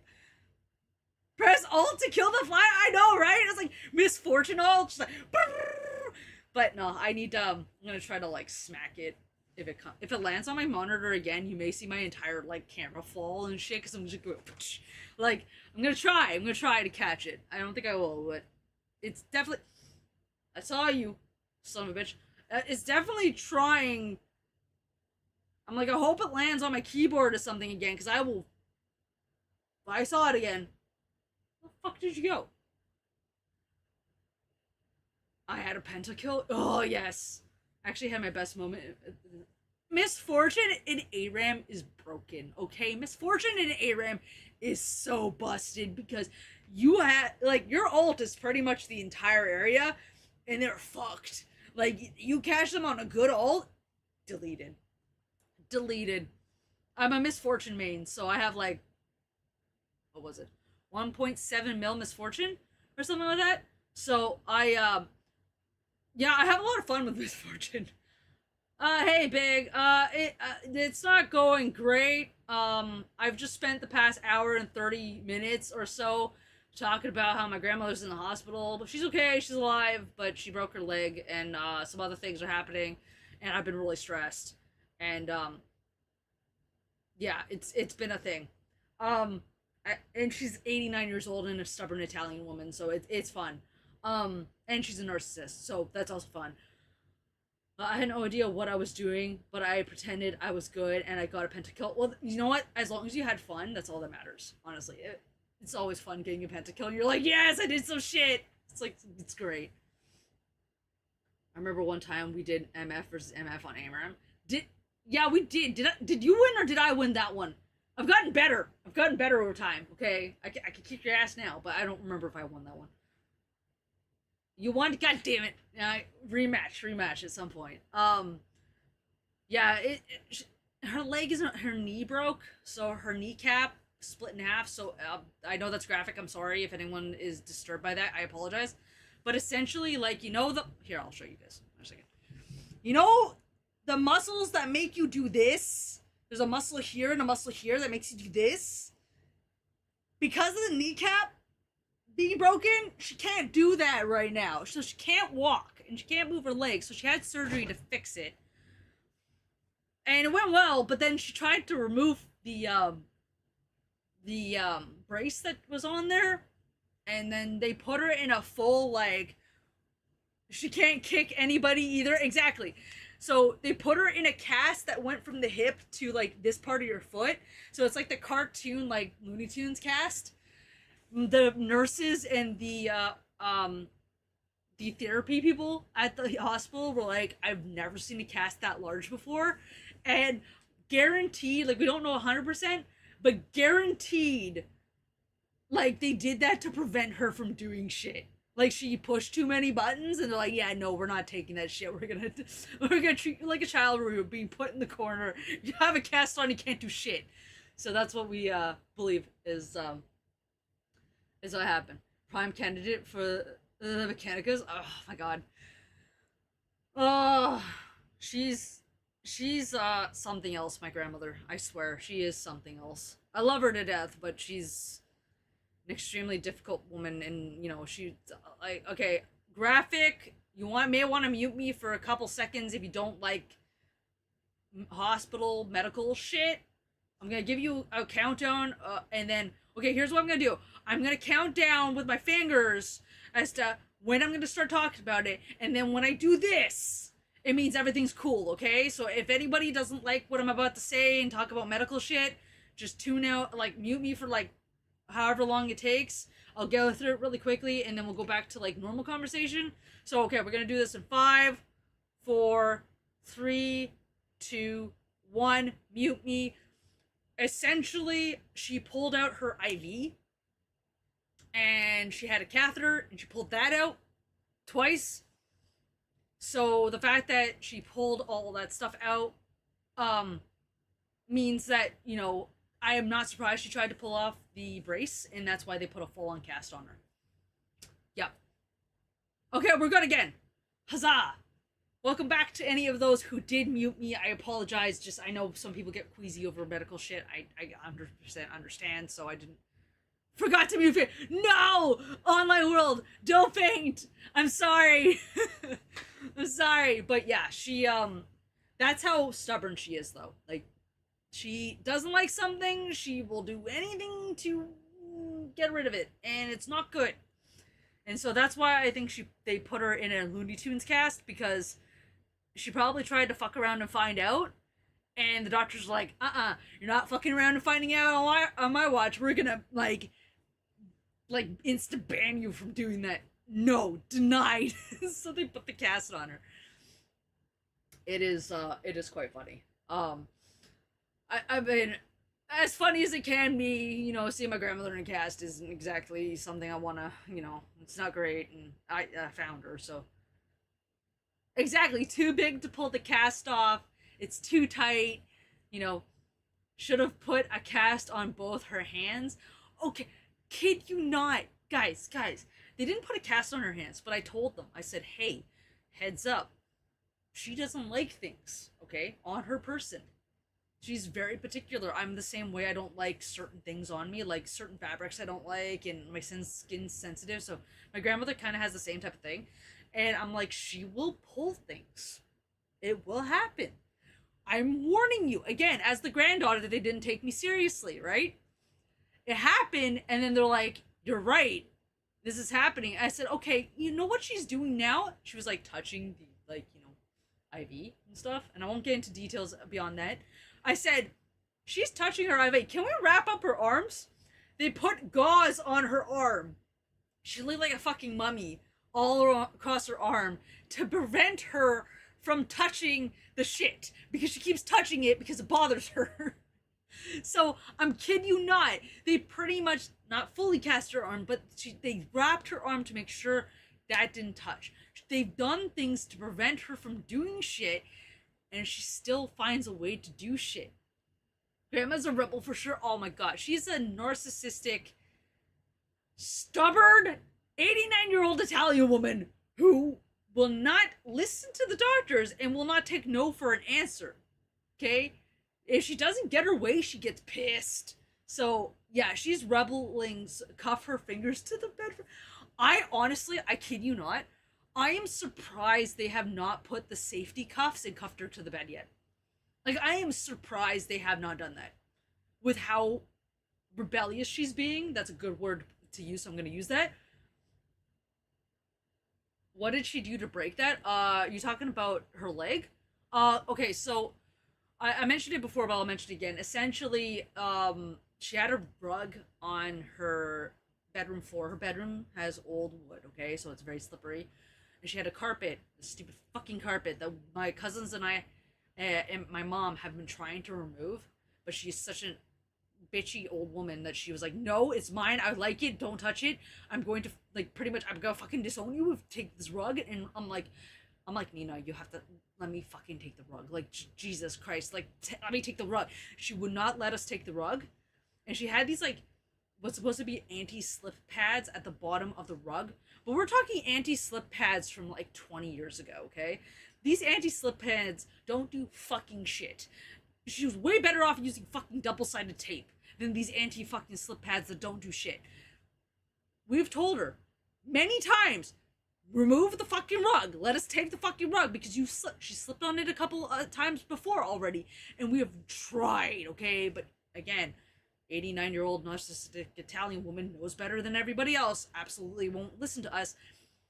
She slipped on the rug, and what we've gathered, because again, she was a little delusional when we got to her, and so I kind of got the story straight from her, but she keeps changing it. So this is what we guesstimate happened: is she slipped on the rug, right?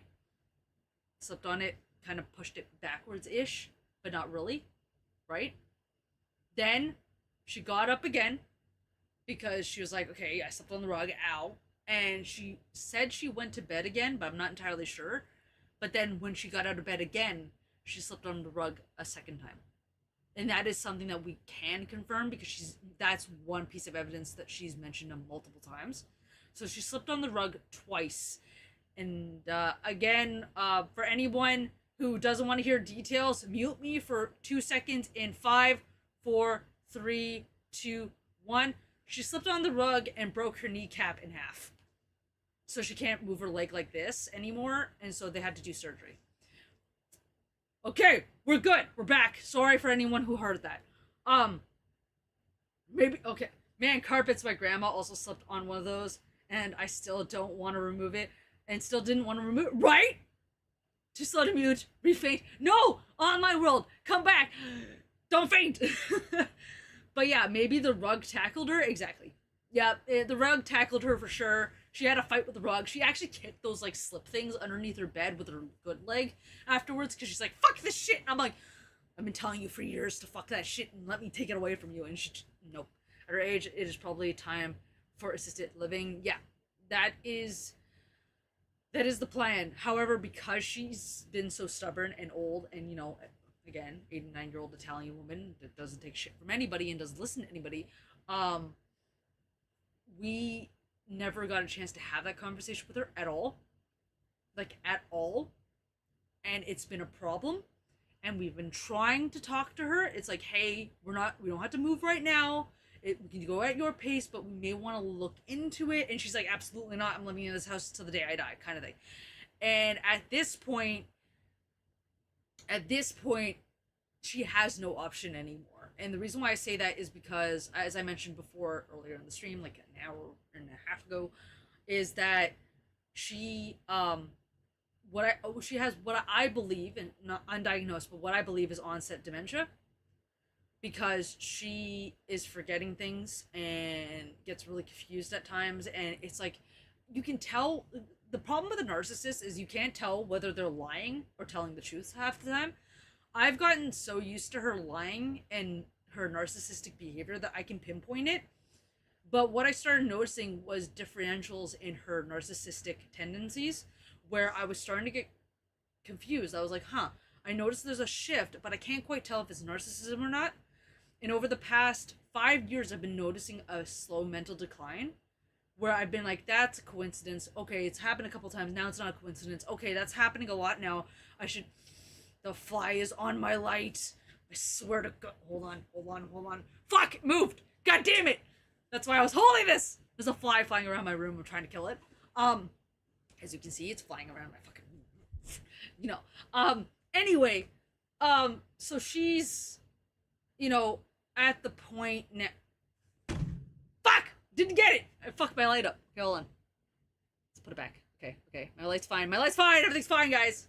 If I lose lighting, you know why. I just smacked it. What was I saying? Hold on. That for sure will be a good conversation. Oh yeah, I'm looking forward to that conversation for sure. This is a good time where you need a spider to get the fly. No, spiders can go fuck themselves. Okay, no, I'll get the fly myself. I'll kick its ass. Gotta catch them all. Ugh. No, fuck the fly. I gotta kill them all. Okay, I don't like bugs. Bugs can go fuck themselves, even if they're good ones. And no, there's only a couple of bugs that I like. Roly-poly potato bugs because they were cute and I used to roll them down like little hills I made. It was fun. And jumping spiders, specifically the tiny ones, because they were cute and whenever I tried to poke them they would run away from me, and so I wasn't scared of those ones. The stream just became more violent, yeah. Just die. But yeah, no, essentially she never wanted to. Should I mute again? No. You don't have to mute again. But jumping spiders are good at jumping on flies. The baby tiny ones that are cute and adorable, I don't mind those ones. Those ones I can live with. Those ones I'm like, you are good, you are fine. I made my childhood, you know. I am petrified of spiders, but you I'm okay with. But yeah, back to what I was saying before. The fly decided to be a little. Oh my god, I found it again. Hold on. But shit, I think I hit it. Ah, I think I hit it. Hopefully I did. Hopefully he landed somewhere where he's hurt now and he can't get up. Oh no, that's a horrible thing to say. I'm falling and I can't get up. Yeah, that's exactly what happened to my grandmother. Ha! Bad joke. Sorry guys, that was horrible. Dad just came to. I just saw it again. No, fucking kill this thing. Anyway, what I was saying was essentially she would not talk to us about any, you know, like care living. Like we even said, like if you don't want to talk about, you know, the inevitable, which is like, you know, do you want a funeral or, you know, celebration of life? Do you want to be cremated or buried? You know, that type of stuff. Like we said, we don't have to talk about that. We don't have to talk about that. You can put that in your will. We don't have to talk about that. But you're, you know, at the time you're 84, you're 85, you're 86, you're 87, you're 88. You're 89. Let's talk about a seniors home. It doesn't have to be assisted living. It could have just been like I know there's like 3 different levels of senior home. Is like there's the living on your own, and there's like the semi-assisted living, and there's the assisted living. So there was like 3 different tiers, and we're like, why don't you go to one of the other ones, like the least level, where like you can go on field trips with a bunch of other old Italian people that you can speak Italian with and have fun with, and you know. And we thought she'd be like the belle of the ball because again she's a narcissist, so she likes, you know, flaunting her what she wears and stuff like that. Like she was very like, she was a seamstress. That's where I get part of my sewing skills from. So like she was like the belle of the ball all the time. So it's like she would love it there essentially, and she vehemently was like, no, I do not want to go. My grandfather, he passed away way over 15 years ago. He said, stay in the house for as long as you can, don't move. And you know, I understand why she took it to heart because that's her home, but she wouldn't even humor the thought. She wouldn't even acknowledge this. Anytime we tried to talk to her about it, she was like, absolutely fucking not. We're not talking about this. We are not doing anything like that. And it's like, okay, I get it, but you gotta consider your age, right? Like, you gotta prepare for, you know, what is inevitable. And I know she's scared of, you know, death. Everyone is. Like, you know, not a lot of people accept that they're dying, which is understandable. Because it's scary. You don't know what's beyond. That's why you have different faiths and stuff. And we're not going to get into that much talk, but, you know, death is scary, okay? I understand that, but you got to think of your age, and you got to think of, like, you know, your health and you being able to function and keep living and live the best life. And my grandmother, she's a narcissist, undiagnosed, but I'm telling you, she is a narcissist. It's not just narcissistic traits, full blown narcissist, because she manipulates people into believing whatever the hell she wants, and she uses a lot of things against people. She has used narcissistic things against me, and as an empathetic person, um, that I kind of absorb emotions from people. I have been, used by her a couple times. Um, that I've recognized and I've like, I've made boundaries to prevent myself from being emotionally hurt. Um, she's obviously been awful to my mom, awful to my dad, awful to my aunt. She's burned a lot of bridges. And the thing is that in order to get attention, um, my grandmother has cried wolf a lot. She says, "Oh, I'm hurt here. Oh, I'm hurt here. Oh, I'm hurt here." And then sometimes it was real. She banged her elbow and she had a bruise or what have you. But a lot of the medical things that she says she has is either made up or taken from someone else. For example, handful of years back, my mom had a blood infection, so she was on antibiotics, and it was a huge thing. And literally the next day, my grandmother had a blood infection. Oh, she thinks she has a blood infection. She'd go to the doctor and stuff like that. So she would, hey, devil's cry.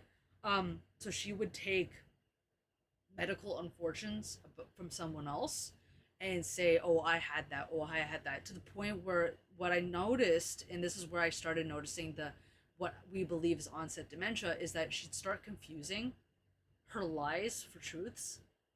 And so she'd say she had something when that was not the case. For example, she would say she had low potassium, right? She didn't have low potassium, she had low sodium. But she took the low potassium from someone else who had low potassium, and so now she's saying she had low potassium. Wasn't the case. So she cried wolf a lot. How's it goes? It goes. We're pretty much doing, like, it's been like 2 hours. I highly doubt I'm gonna pop into a video game at this point. So we're just having a just chatting day, where I'm kind of like letting you guys know about all the shit that I've been through this past week and the stressors that have been really stressing me out. And like, it's kind of like a little bit of a downstream, but you guys have been chatting with me and I really appreciate it, and it's helping me kind of lift my spirits a little bit. And so we're talking about that type of stuff and all the stuff that I've mentioned in the Discord. Like, I've been posting announcements. For those of you that are new here or don't know, I have been posting announcements, silent announcements, every now and then about my grandmother's status and other things. So just kind of recapping all that stuff and letting the conversation just fucking go wherever the fuck we want to have it go. But I can't really remember where we left off on that. You were on your vacation all the time. Oh, your grandmother. Yeah, we've been talking about my grandmother and the situation there. But yeah, so she was a person who cried wolf a lot, and so we couldn't, like, most people couldn't tell when she was telling the truth. And um, I've I'm the one that notices a lot of stuff, and I'm the one that notices things. And we've been trying to tell her that, like, let's talk, have these hard conversations, of course, but have these hard conversations about moving into a nursing home that's, not, you know like, full care, but like, like, not full assisted living, but like something.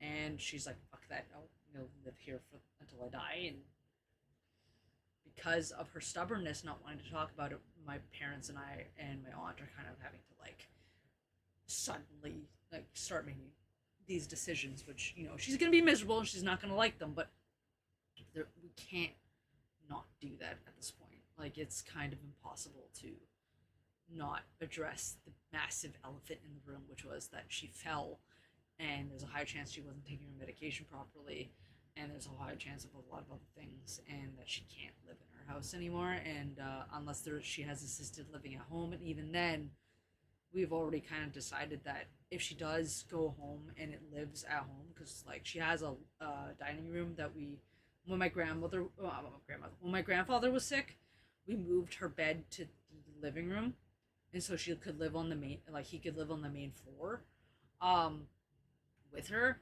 So there is an option to do that, but the thing is even if we did that, her living in her house would be entirely temporary. Like there would not be an opportunity for her to continue living in the house full time. It's impossible given the state that she's in. Um and we had a social worker. I tried to schedule it for another day. The social worker decided to talk to her without us all there. Not that we wanted to influence anything. We just wanted to be there to kind of observe and like get a judgment because obviously, like a not judgment. I can't think of the word right now, but like a scope of what they think based on facial expressions and the way she speaks and what answers my grandmother gives. Um, but my dad got a phone call, and I won't go into details about this because obviously this is more. Um, I don't know how to put it, but this is more of a personal thing, so I'm not gonna go into too much detail. But essentially, based on what the social worker talked to my dad about, in terms of like asking some questions that needed to be answered, it sounds like the social worker is also on our side in regards to like the fact that she needs assisted living. Um, but there's no guarantee, but we're pretty sure she's on the same page of all of us. And um, I don't think any of my cousins watch my stream. Okay, cousins on my dad's side, not my mom's side. Those cousins are fine. But I would I was worried. I'm gonna say it. I was worried my aunt um wouldn't see what we were seeing and stuff and wouldn't be on the same page as us. Um, because she does live far away and she doesn't get to see my grandmother as much. So I was worried she wouldn't fully see what was going on. And I'm really happy that she is acknowledging that there's definitely some shit going on and that she's kind of on board with, she's also on board with us like getting my grandmother into a place. And so it's like the entire family is on board now. It's just a matter of like, is the social worker going to help us try to find a place? We've got to try to find a place. We've got to get her name in. How long is it going to take for her to get into one of these places? Because we're going to put her name in a bunch of, like, at least 3 different places. And, how long is it going to take? Are we going to have to do assisted living at home for the time being and then transition her into this place, which is most likely going to be the case? All that detailed shit. And this is all well for the next, like, 3 months. My grandmother is dealing with a broken knee, and it healing and stuff. So it's a lot of conversations are gonna have to be had soon, sooner rather than later. So it's a lot of stress on my parents. It's a lot of stress on me as the pseudo primary caregiver. And I say pseudo because it's like temporary. I'm there to help her with her appointments, help her with her medication, and it's gotten to the point where doctors are asking my parents, what's her medical history? Why is she taking this? What's all this stuff? And then they're like, talk to the granddaughter, like, we have no idea what's happening. And then I have to step in and be like, hey, I know I look young, but I'm 31. I'm a fucking adult. Here's all the information. So it's been kind of that a lot. So yeah, it's a lot. She has no say in the matter in terms of assisted living and stuff at this point. Um, so it's gonna be interesting to see how she reacts to everything. Essentially, like it's going to be. Oh my god, that fly is back! You son of a bitch! Okay, hold on. What? Fuck! God damn it! I don't think I hit it. My poor light. My light is being abused here. I'm sorry. God damn.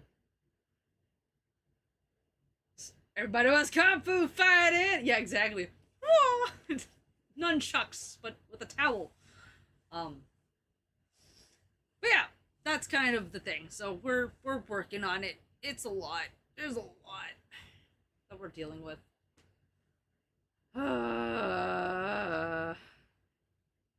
hoping that. Well, I see the fucking fly flying around. I'm gonna kick its ass. I swear. You know what's gonna happen? I'm gonna just keep smacking it over here. Nothing's gonna happen because I'm on stream and I'm gonna fail at killing this thing. But then as soon as stream ends, that's when I'm gonna be able to actually make the pentakill ult and just smack this thing. Fuck. There's a fly interrupts me. If you're spiritual, I would say that fly is a spirit. I know, right? Annoying the shit out of me. Yeah, I agree. I agree. That fly is annoying the shit out of me. Sounds accurate. Sounds about right. But I'm not spiritual myself, so I find it sound stupid myself. So yeah, I don't talk about that type of stuff really. I'm kind of no, honestly, with my stream and everything like that, I don't like talking about religion or politics or anything like that. I want to keep my space, happy, fun, play video games, rage at video games, that type of stuff. I even try not to rage at video games. It's more, that. But I will say that like whatever you guys believe in, as long as you're not hurting anybody, I really don't care. So, for someone who doesn't believe in that, I could see how that would be the case. Also, I like how Storm's fur, just like, hey, how you doing? Okay, bye. God damn. Shit. Yeah, exactly. I respect everyone. Yeah, as long as you're not hurting anybody, I really don't give a shit. Like, believe what you want. Do whatever you want. Like, whatever.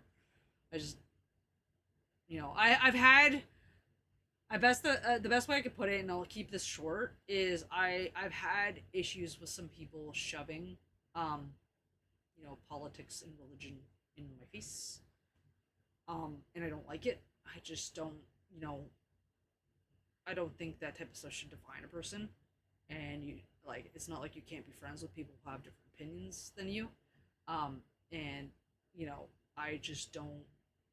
Yeah, you want to keep those away for sure on stream. Exactly. So it's like I respect you.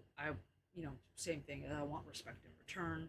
I'm not gonna shove my shit down your throat. Don't shove your shit down my throat. That's all I ask, right? And I've had a couple of instances like that in high school, college, and stuff like that. And I'm like, God, please, just leave me alone. So the same thing with MySpace, right? Like it's like on stream, don't care. As long as you're not hurting one-on-one, I don't give a shit. You do what you do, you boo. Like, go do whatever you want. Like, I don't care. Just don't talk to me about it. I don't want to hear it.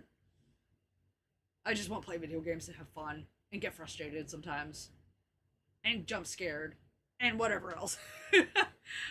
I like getting I like getting spooked with Dixper or anything else. I could have put Dixper on. I've never actually used Dixper without a video game, but I could have.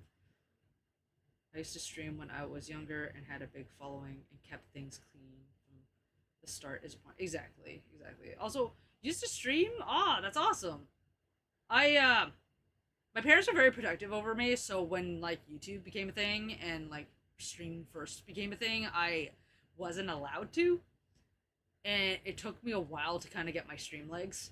And I tried YouTube a couple of times, but I could never really afford, because I lived in lower middle class lifestyle before, and my dad worked really hard to get us to like where we are today. So I could never get like the camera recorders or anything like that, and so I could never really do the YouTube stuff and like the streaming stuff I wanted to. And then I was playing League one day. And not just one day. I play League religiously. I play League usually every day, like at least a couple of games a day. I really like it. It calms me and stuff like that. And my friend was just like, "Have you considered streaming?" And I'm like, "What?" I'm like, "No." And she's like, "You should stream League since you play it all the time anyway. You should stream it." And my friend at the time, she's an Ari main, great Ari player. She ended up going viral on a clip, and so she got a bunch of new viewers, and so she was streaming, but she wasn't really streaming a lot. And then I was like, okay, why not? And so my ex kind of broke up with me, and then I'm like, this is a perfect time for me to stream, and so I started streaming, and I was a like League of Legends streamer primarily for the first year, and I had a lot of fun, and it was so fun because I would just play, and then people would be like, what the fuck, how are you talking and responding to the chat and playing at the same time, like this is insane. I'm like, I don't know. And then they're like, what the fuck is with your mastery, you have so much fucking mastery and misfortune. I'm like, okay, my internet sucked for the longest time, so I couldn't play ranked games, and I couldn't play norms because I wanted to play norms, but I would lag so badly that I would just run into the enemy and die. So I have had to keep playing ARAMs only. But the thing was, my friends knew that all I liked playing was Misfortune, so they'd always throw Misfortune at my face whenever they got them. So I got really good and got a lot of mastery in Misfortune. And then I finally got to like normal internet, finally, after like 3 years. Big would know, like that was a fucking shit show when that happened. And I was like, finally, I could play ranked. And then all my friends stopped playing ranked. And I was like, you fucking serious? Like, I wanna learn. They were all in gold and higher, and I was like this fucking iron shit because I couldn't play properly, and I'm still stuck in bronze. But like, my goal is to get to gold and be like, I did it, guys! I finally fucking got there. I haven't gotten there yet. I'm gonna work on it next year. That's my goal next year. Do my shit and get to gold. I've been trying to get back to streaming regularly again, like I did 2 years ago. It's hard. I'm telling you, it's hard. I've seen so many people that I used to stream with and I used to like interact with, like disappear off the face of the planet. And then, like, for example, Venna, she was gone for a while and then she came back and now she's kind of like on hiatus again because she got a job. And it's like, I've been here. I'm just still here, just like trying to be consistent. It's not working, but trying. Like, it's crazy. Best advice I can give for streaming is to always be yourself. The less you force things, the more easy it is to keep doing it. Yeah, I agree. I like that advice. I always try to be myself. Like, I don't sugarcoat things. I try. I can't say I don't. I try not to. There are certain things where I'm like, I don't want drama. I don't want problems. Like, just please, like, just leave me alone, kind of thing. Which kind of like with the politics and stuff like that. But I do try to be myself in like especially my views on a video game. I'm, I don't. I say things as it is. I see things like I'm like, it's a cute game. I'll never play it again, or whatever. Like, I'm not. I don't sugarcoat my opinions on video games and what I do, because there's a lot of the times, not with BioShock, which is what we're supposed to be playing today, but we're not. But in BioShock, I like being the goody person that helps the little sisters. In almost every other video game, I am rotten to the core and I will be badass and I'll be evil, okay? I like being evil. I'm a goody two-shoes in real life. I want to be evil in video games, okay? So, some people don't like that, but I'm like... Or, for example, in League, and I'll get to those comments in a second, but in League, I run, especially in ARAM, I run Collector on everybody, okay? 5% health, you insta-kill them, I'm running Collector on Misfortune, I'm running Collector on Seraphine, I'm running Collector on Warwick, I'm running Collector on Nami, I'm running Collector no matter who the fuck I play. And that pisses a lot of people off. They hate it. Anytime I post clips about it on the Play Button platform or the Clock platform, people get pissed at me for running Collector all the time. And I'm like, I don't give a shit. That is my thing. I run Collector. It is hilarious, okay? I don't care what people say. Even my friends... my friend who introduced me to the League, their friends, they hate when I run Collector. They don't like playing with me because I'm kind of a shit player, let's be honest. Compared to them, they're like gold, platinum, emerald, and all that shit, like they're higher ups. So they don't necessarily like playing with me, especially since it's taken me so long to finally get into ranked and actually play properly that I'm so far behind than them. And whenever we play ARAM, I drive some of them absolutely fucking nuts because I run Collector on everything, and it's hilarious. I'm like, guys, you should know this by now. I run Collector. Like, I do not take ARAM seriously. Like, I do not. It's ARAM. Like, don't get mad at me, but this is my thing. Especially with a day job. Exactly! With a day job, it's hard to stream. I'm the same way, I hear you. Like, I have a good amount of time in the next 2 weeks. Do it. Stream. I believe in you. Has ears on headsets. Wants to be evil. I don't see it yet, right? Okay, I need devil horns. I'm gonna get devil horns at some point, and then it'll be good with a little pirate hat. I have ideas. Okay, I have this written down. I have ideas. I actually made a like a little thing for my headset once. It got destroyed, and I don't know where it went. So I'm gonna make a new one at some point when my crafting room's done. Eventually. What rank are you in League? I'm bronze. I'm fucking hard stuck bronze. I swear to God, it drives me insane. Like, I can play really well, but if my support is ass, or someone else in my team decides to fuck off and int, I can't do much. I could play. There's been so many games, and there was a player I talked to a while back. There's been a couple of people I've met along the way that are like, "Hey, if you want me to review your stuff and give you tips, I can help." I said, "Okay, cool." And they would look at my stats and be like, "You know, most of your games are good. What the fuck?" And I'm like, "Exactly. Most of my games are good. The problem is if I have a top laner, a mid laner, or a jungler that just fucks off, or a support less likely, but one of those ones fucks off and decides to play like ass and jump on every single fight, and no matter what, I lose the game. Every other game I lose. It's fucking nuts. It drives me insane. Okay, I can almost do ranked. I'm level 29 now. So my goal is, of course, to get higher than you. Oh, thanks.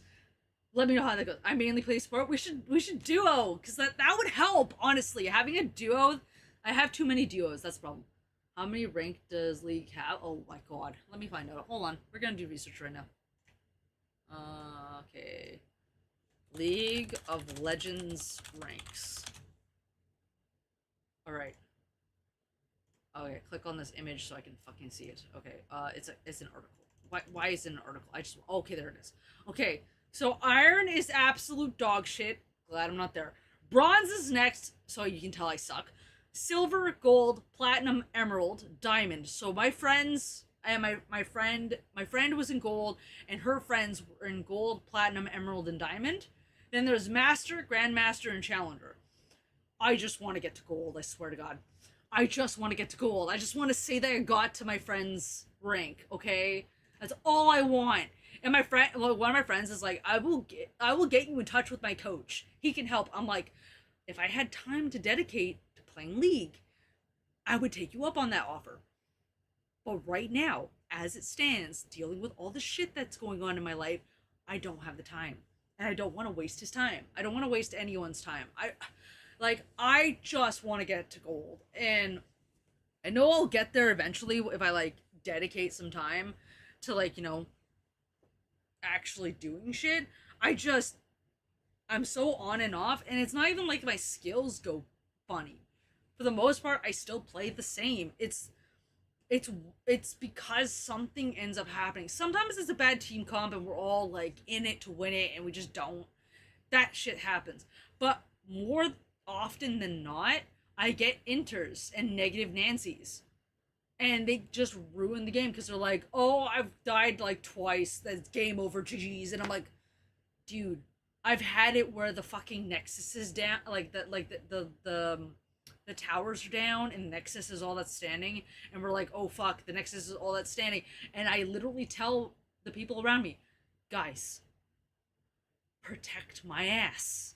Just protect me. I'm the ADC. I can kick their ass if you just fucking protect me. Keep everybody off me." And then they listen to me for once. They keep everyone off me. I fucking one-shot everybody because I have a fucking collector, and if I just get a good ult off, I can just blow everybody away. And then we run it fucking down mid and win the game, and our Nexus is exposed. Like, I have had those games. This is why I'm on team Never Surrender, because you don't surrender. If you do not surrender, you can possibly win the game.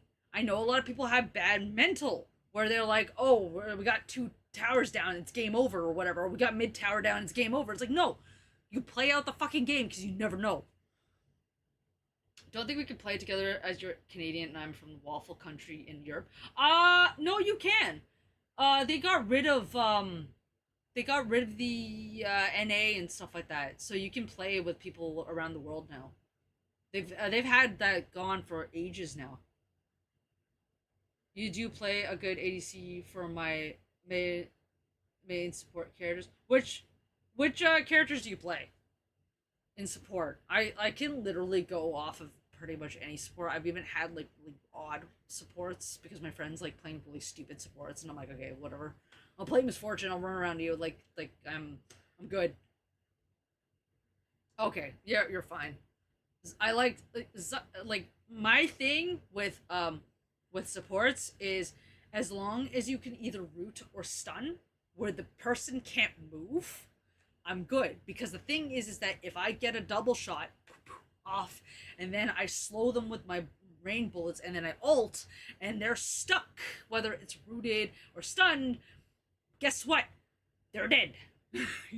They are deleted. So I love anybody who can stop people in their tracks, because if you can stop a person in their tracks, and I have line of sight and I have alt power, or just my passive, Miss Fortune runs faster when she's not in combat, so she can literally run someone down and use rain of bullets and then just fucking auto. And you know how much damage my auto does later game. It's hilarious. I'll just run at people and they're like, "Oh, it's fine, I can fight," and I'll just stand there. And people are like, "Wait, what the fuck? She's not moving." I'm like, dead ass, not even kiting, just standing there, just autoing them, and they're like, "Health, health, health," and they're like, "Oh fuck!" And they try to like flash. I flash after them. I smack them with like something, and then they die. I'm like, there you go. Like, just stop them in their tracks. I can smack them, and I'm good. Especially if I play with someone a couple of times. That's the problem, though, right?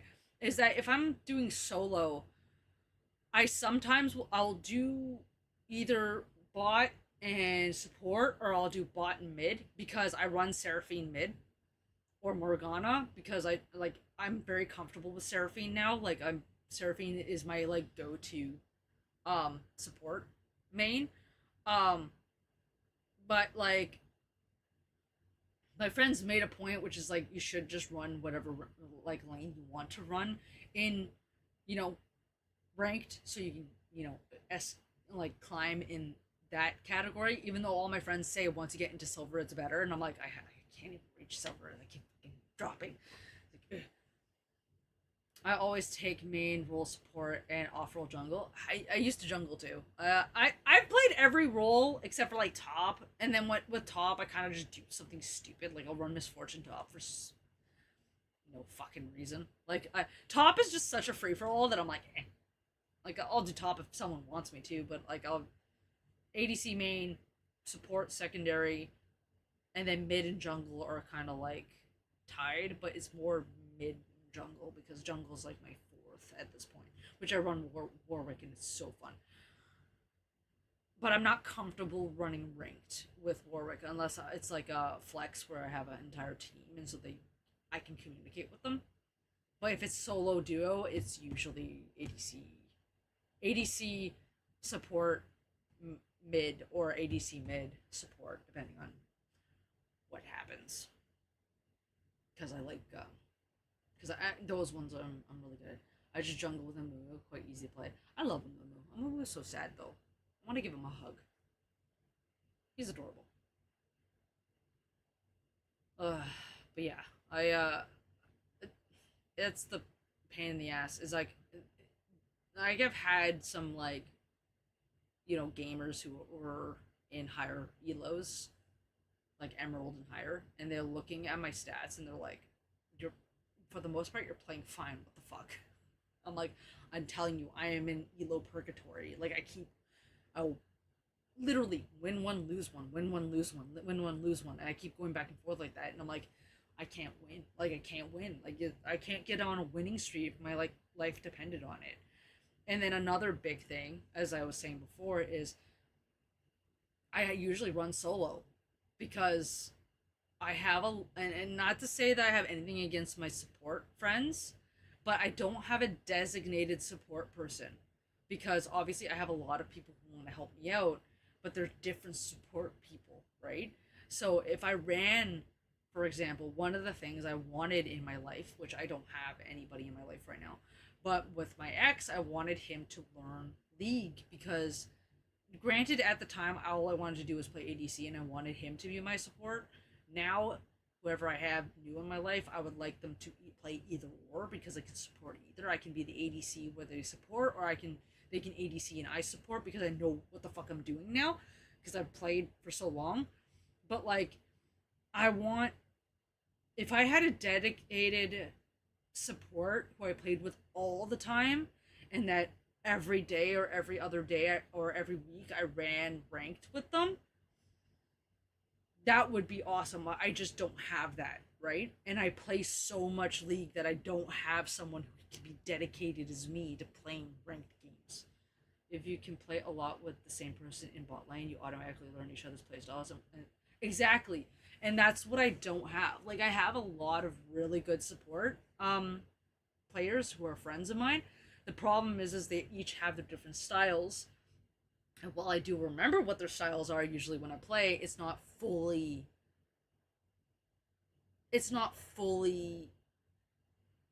I guess applicable. Like I can't, like, sometimes the vibe is off or whatever and shit doesn't work, and it's, it's one of those things where it's like, I really, if I had a significant other to play with me and they were like always my support or always my ADC, or we swapped and we knew each other really well, like, I think that would be the ideal, but I just don't have that right now.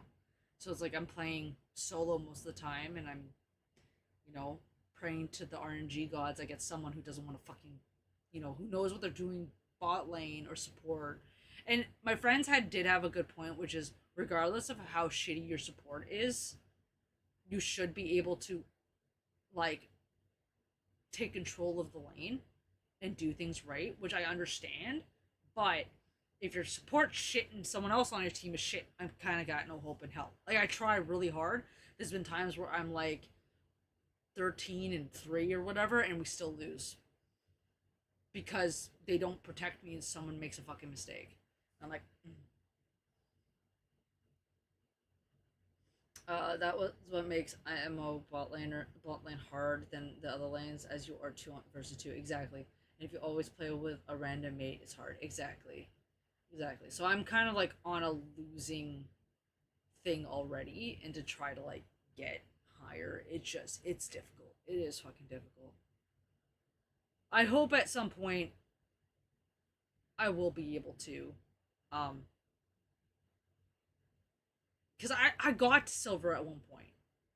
I got to silver 3, I think it was, and then I fell back down because I kept having people dodge and AFK in game and like int and run down mid, and I'm like, and then I fell, and then I got to bronze 2 and 1, and it looked like I was finally gonna hit silver again, and then the same shit happened, and it like sucks. And I'm like, can I please like have, competent people on my team, please? Like, yeah, that's right. Yeah, I've just had shit luck, and that's why I keep saying that I'm like elo locked. Like, I'm literally can't seem to get out of bronze. But and again, this goes into the whole thing that I was talking about like 2.5 hours ago, because by 8 o'clock I'm gonna end stream, because I always end stream at 8 in the summertime, but specifically on Mondays and Saturdays because of work. But this is another thing that is on my list that I want to do that I can't do right now, is that, like, because of my place being chaos, and me having priorities of trying to organize my place, I can't dedicate time beyond my casual ranked games that I do play to dedicate to sit down and actually get way better at the game than I already am, right? Because there's always room for improvement, and I want to get better at the game. I desperately want to get better at the game, but I just haven't gotten the chance because I want to fix my place up. I want to get it done, so when I feel like crafting and I feel like writing, I can just do whatever the fuck I want, because that's what makes me happy. And of course I want to play ranked league, and I want to learn how to play, like, I want to get some people to like help me rank up and like teach me things that maybe I'm fucking up, because I am fucking up. I'm very particular with how I play my games. So even with like league, I don't do QWER. I do 1, 2, 3, 4. Okay, I had to because I get confused on my buttons. So if I do 1, 2, 3, 4, it's easier for me, right? Like so, I my buttons are messed up in a way that I like them. I don't play the game normally. There are things I forget. It takes me a lot longer to learn how to do shit. So it's like I want to learn more and I want to figure out, like, for example, I just got, okay, not that I just got, I got this mouse a while back, right? It's really cool. It's got like a dragon on it and shit. And there's a bunch of buttons on the side. This mouse used to be white. I moved it to my other computer because I have a Mac over there that I do businessy shit on, and then I have this one. Um, I have a Razer one with side buttons. Yeah, I this one has like 8 buttons. I fucking love it because I taught myself. I said I want to be able to level up my abilities without having to do the shift button thingy because I don't like hitting shift. It's too low down and I fucking hate it, or circle or whatever the fuck you have to press to like level up your abilities. So I toggled all my level ups to the top 4 buttons, and then I have self cast, which I'm still trying to work on using. Like sometimes I forget that they're there. I've got self casts on the bottom 4 buttons, and I've been training myself to use the buttons to self cast and to level up. That's so I don't have to think about it, and it becomes muscle memory. I've gotten it down to where I can level up with my side buttons now, the abilities. What I haven't gotten to and I'm struggling with is the self casting. I'm very used to doing to do all those things. Level up spells and self casting helps a lot as support. Yeah, I self casting is the one that I'm still not great at, and that's because Miss Fortune doesn't have a lot of self casting, and that's usually more for like Morgana, for specifically her shield. I want to learn how to self cast her shield desperately, and I fuck up a lot of the time, but I am slowly learning it, but it takes me time. Like it took me like I don't even know how many years I've been playing League to finally get these buttons down. And so it's like I know there's room for improvement. I'm not saying I'm perfect. There's no way in fucking hell I'm perfect, because if I was perfect I'd be a fucking challenger. So I'm not perfect, but I know I'm doing something right. In my gameplay, because a lot of people say I have room for improvement, but I should not be in bronze right now. I should be at the level of silver, if not close to gold. Yet I'm stuck. So it's like, okay, get me there. I want to get there. It's gonna happen. Yeah, you don't see a need to stress over it. At some point, it clicks and you get it. Exactly, right? It's like I'm working on it, but I definitely can't wait to work on it more, and get to the point where I'm, playing League and I'm able to, get to silver and then from there keep going. I just want to get to gold. I know I'm a gold player. I know I'm there. I just, stupid.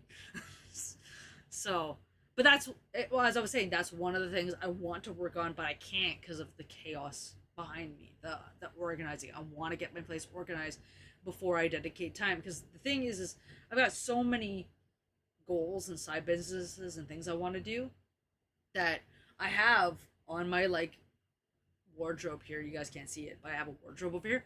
I have a timeline for every day of the week for myself that is dedicated to, gaming, either gaming, typing, or crafting, because those are the things that make me happy. I like doing them in the morning because it, pumps me up for the day. And then obviously work periods where I work, of course, because I need to work, whether it's work for, my family business or work for myself, which would be like crafting, like streaming based stuff, my business based stuff, that type of stuff. And then I have, you know, dedicated, other areas that are for like streaming and other things. And I League and getting better at League is written in the schedule, my dream schedule of what I want to do. I just have to get there. And I haven't gotten there yet. Ah! So yeah, it's a part of the whole, like, once my place is done, I can actually start doing some shit thing that I have. So, I'm getting there. Slowly, slowly, slowly, slowly. I'm getting there. I'm just, yeah, everything will be alright. Yeah, I know everything will be alright eventually. Just, and I can't type. Lol. You're typing. I can read your messages. So yeah, that's kind of. I know I'll get there eventually. It just is gonna take time, and I'm just getting frustrated. I wanna, you know, do some stuff for myself, and you know, I'm kind of feeling that like you're in your 30s, your life is ending, kind of shit, and I'm like, I know my life is not ending. I have, you know, plenty of years ahead of me, but like, panic. I want to be able to do shit. I want to be able to do stuff that I want to do.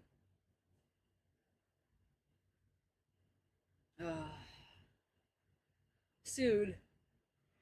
I have the same, a lot of going on, and me time is missing more lately. Yeah, that's the hardest part, is getting that me time to do stuff, right? And I'm like very much a person that's like, when, you know, my dad's like a technically a workaholic. He likes to work a lot and do things. And is this on? Okay, it's not on full battery mode. No wonder it's not turning off. So he like works. He likes being busy, and I'm the same way. I like being busy. I like working, and doing things. But like, I like having fun too. Well, with what I'm doing, which is why I like streaming so much, because it's fun and it doesn't feel like a job. But like, it's like I want it to be a job one day. Like, I would love to make it. You know, I mean, I do make a little bit on Twitch, which is awesome. Um, so far, none of the other platforms I'm streaming on yet are profitable, but that's okay. Like, that it will get there eventually, kind of thing. But it's like, I do make a little bit. Like, it kind of like it can pay for a couple bills here and there, which is great, and then like really makes me happy. But it's like, I want that this is really fun for me. I want it to be fun. I want it to continue being fun, and I want to have fun, you know, while making money. I know that sounds bizarre, but I like to have fun making money, right? So it's like, this is fun. Stock markets are fun. You know, I like having fun. Sewing is fun, and I have an idea for that. You know, I like crafting. I like crafting. I like gaming. I like writing, and all those things is what I want to make. You know, I want to use all those skills to have multiple little small things that, you know, can make me tiny little, you know, side incomes everywhere. That together is like a, ooh, hey, look, I actually, you know, and hunting flies, and hunting flies. Yes, that is my other side hustle, is hunting flies and kicking their ass. Um, that fly is somewhere. I know it. Ugh, I hate flies. Um, yeah, that's about it. My brain's like starting to shut down, which is okay, because this is why I only stream for 3 hours on Mondays and Saturdays during work season, as I work 6 days a week from like 1 a.m. to whatever time I get off. Um, so I can only run a 3 hour stream. Like, I minimum, I like, that's the max for, max and minimum for, you know, this market season is 3 hour streams. Um, so I like being here and chatting with you guys. And usually I play video games. Usually online I would be like, you know, playing Bioshock, or right now I'm playing Bioshock, but I'd be playing something, and then, you know, talking to you guys and having fun. But today was definitely a day where I'm like, I need to just chatting. I need to have a day of just word vomit shit, and then hopefully next Friday I can like get back to gaming. But I always put you guys, I always put chat first above actual gaming. Like, I'll game and be like, have a conversation with you guys, and my friends are like, what the fuck? I'm like, hey, I'm having a conversation with chat. Fuck off. It was nice to hang out here. Well, I'm glad you liked it. I hope you know, you'll tune in a couple other times when I'm gaming. If gaming's not your thing, I totally understand, but I do like having fun with chat, and I have a couple of programs that like Dixper, for example. You can see the bar over there somewhere. It yeah it I give away crates sometimes, and then you guys fuck with me. It's great. Um, and I'm there's gonna actually be a 2.0 of Dixper sometime late summer into fall that's gonna be launched, which I'm like super excited for because it like, essentially Dixper is kind of like you have these skills or what I like to call cards, and you can get like packs, which is like crates. And so you can open a crate, you can get these skills, again cards, and you can play them against me, and they affect on on screen, and it's great because I know there's a couple other ones that were more popular at the time. I can't remember. I think it's called Streamloots or something like that. But the thing was, is at the time those did not affect your game, and that's what I really liked about Dixper was that it synced up to your video game. So any time you played a skill, it would actually show up on your game. So it can make the screen go black. It can, distort the colors. It can smash the screen. It can jump scare you, and it would pop up on game, and you guys would be able to see it too, and it would just freak me out. Like it would disorientate me. Usually, I end up dying because you guys keep like playing skills and shit, and it's a lot of fun. I really, really like the program. Um, Sounds like fun. Oh, you're like when you see it. If we have, because I have a couple people in the community that really like playing Dixper cards against me, um, you'll see it's chaos. And then, for example, I play a lot of 7 Days to Die, or I used to. Like I'll play every now and then now. Um, and 7 Days has a Twitch integration, which the amount of times you guys have killed me in that game is ridiculous. Especially since I have over 1,700 hours in 7 days, and I was like unstoppable for the longest time. Where like my viewers were like throwing Dixper cards and Twitch integration at me at the same time to try to stop me and to try to kill me, and it wouldn't work. But now that they've updated to like Alpha 2.0 or whatever, I actually get my ass kicked like a lot more, so it's even more difficult. So I'm like not nearly on the ball anymore, and so it's like I keep dying, and I usually am calm. Okay, when I die, I usually don't rage. Okay, I try not to rage because I used to be a kid that like used to rage a lot. I had a lot of anger in me, so I like this is something I've worked on for years. I do not rage, and I usually step away from a game when I rage. But the amount of times you guys have tried to kill me and like successfully lately have been killing me in 7 days, oh, that's all I have to say. It for fun and games though. I usually laugh afterwards. If I smile and laugh after it being angry and like grr, like that is real anger, but I'm having fun with it. There's a difference between me having fun with my anger and being frustrated, but like, I'm having fun with it, and like, true anger. So usually you guys get me happy fun anger because I'm like, God fucking damn it. Because like the thing is with the Twitch integration especially, you can do some crazy shit that has just been implemented, which you guys can use bits with. Okay, we didn't have that before. Okay, Dixper, I sometimes will like I used to do a thing where it's like anytime I died, I'd gift out Dixper crates, which I still do from time to time. Sometimes I forget though because it's been so long since I've actually done that gaming because I took a break from 7 days for a while there. But usually that's kind of if I feel confident, I'll be like, okay, try to kill me. If you can kill me, I'll gift out some crates. And so, you know, it's a really cool like Dishper is actually great for streamers because you can get if you can make it to partner, you can get like a 90-10 split, which is great. So it's like a revenue for streamers. It's really cool. And you guys like at least my viewers have a lot of fun with it. But like there's that can try to fuck me over. And then there's the Twitch integration, which before was just using channel points and points you accumulated while like the streamer plays the game, which usually I disable. That's a whole another reason. I'll explain that later, or whenever I get to the game, I'll explain it then. But usually, you know, it's like if you guys try to kill me or try to help me, that's usually where how you get points and stuff like that. But then they came up with, you know, if you if you gift a sub or whatever, you get some extra points, these special points. And I'm like, oh, that's cool. What are special points for?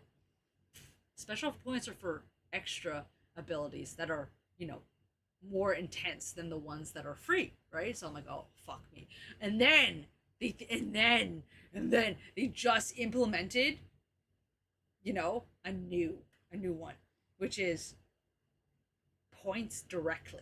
So you can use Twitch bits to like do even more stuff. Like spawn a horde of killer chickens. These chickens ran up to me and started trying to kill me. I'm like, what the fuck? Now they got this other one that's like a tombstone, which is essentially there's a tombstone with a health bar and zombies are around it, and you have to like kill the zombies, but then kill the tombstone. But the zombies keep like generating and popping up until you can kill the tombstone, and that was like crazy. I'm like, what the fuck is this? And that happened to be like, one based on that. And then they had one where it's like if you like, and I don't know how they work. This is like all new, so I have yet to like learn about how it works and how people can enable it. But they have one where it's like congratulations, you've gifted a sub, here's a gift of snakes, and then there's be like 6 snakes coming after me. I'm like, what the fuck? And I'm like running around like trying to like kill these snakes and like try not to die, and it's chaos, especially when there's a boss vote. If there's a boss vote and then people are throwing dicks for things because I run them at the same time, Twitch integration plus Dixper equals chaos. So I end up like fucking dying half the time, or like screaming, running around trying not to die. It's great, right? It sounds like a great thing. Oh, it's so fun. It's so fun. It's fun for you guys. It's fun for me. It helps me out too. And I'm like, yes.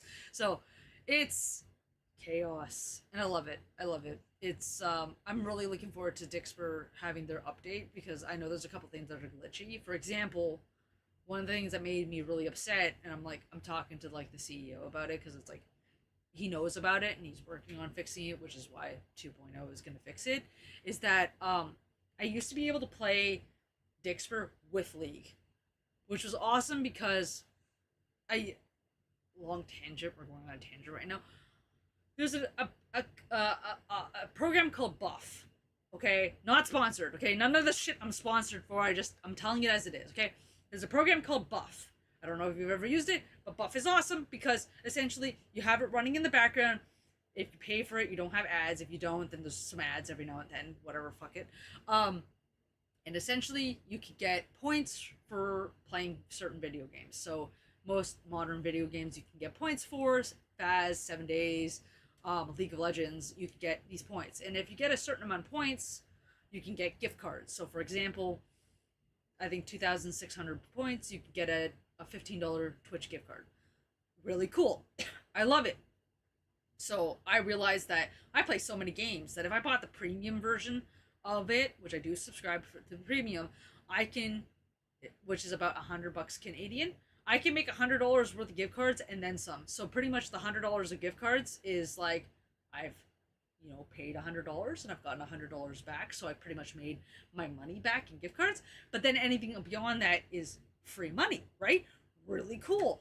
Love it. That's how much video games I play. It's like I can manage that. But then there are missions, specifically with League and some other games that I don't play, but like CS:GO and Valorant and stuff like that. They have a bunch of them, Repo. But on League, there are missions.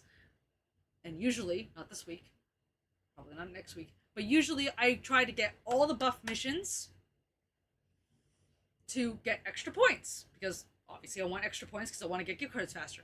So what's cool is that if I'm having a stream, like, because Monday streams are for like storyline games and things that I can play solo, just to have fun with it. And then usually Friday and Saturday are my game with friends, collab streams, or if it's solo gaming, I may do League because I have like a lot of missions that I have to complete, because there's 3 buff missions a week. So what I end up doing is I would play League, specifically ARAM, on stream and have fun with it. But what was awesome was that I used to be able to run Dixper, so you guys could fuck with me while I was playing League, which makes for hilariousness because there's a whole bunch of shit that you can do that make it so I can't see my summoner abilities, I can't see the map, I can't see this, I can't see that. So you guys would end up killing me a lot in League with Dixper, and it was really fun. But Dixper stopped working with League because Dixper's Riot Vanguard, Riot's Vanguard got updated and wouldn't.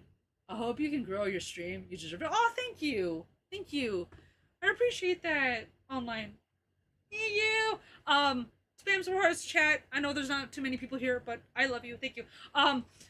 So yeah, it was just. Sorry, I'm gonna continue my thought because my brain's like, you must continue your thought. So I'm gonna continue it. So essentially, Dixper stopped working with League because of Riot Vanguard, which was really upsetting because it's like I loved playing using Dixper with League because it was just so fun because you guys would be able to fuck with me while I'm trying to be serious playing League in ARAM, and it was hilarious, and then it stopped working. So I told, I made it known to the, the Dixper CEO and stuff like that. I said, hey, just so you know, it doesn't work, it glitches out, and then once you close League and you try to open it back up, it won't actually open. Like, that's how much it fucks with the, that's how much the Riot Vanguard hates Dixper, is it won't even open the game again. You have to restart your computer and turn it back on. So he's aware of it, which is awesome, and he said that he's given me the insight that like 2.0 of Dixper will fix it. So I'm really looking forward to it because I love League. I love it, okay? I love League, obviously, because I play ranked before bed. I love League. However, I know League can be boring for some people, especially on stream. Especially if you're not into League, League can be very boring. So usually it's the conversations while playing League that kind of like, you guys like the conversations, but you don't like watching the game. With Dixper, it allows me to play League with you guys being entertained at the same time because you're fucking with me and trying to kill me. And that's what I like. Like, I love having Dixper with League because it makes it more entertaining, it makes it more fun, and right now, I don't have that, and so I try not to play League on stream if possible because I want to play League with Dixper. How can League be boring? It's a game with a chat, just reading chat and using me. It does, but I don't know about that. I find League boring as fuck. See, I know my viewers a lot. Like, I know there's a chunk of them that were here during my League of Legends solo only gaming, stuff.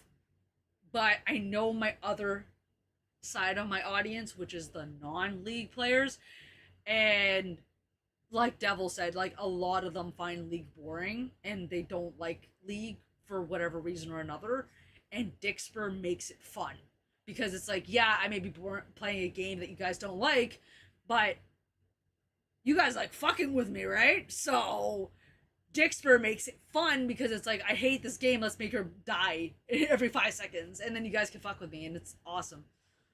Now the world and everything else is pretty cool. Though. I agree. Yeah, I love the Rune King and Arcane are great when it comes to the non-main game properties.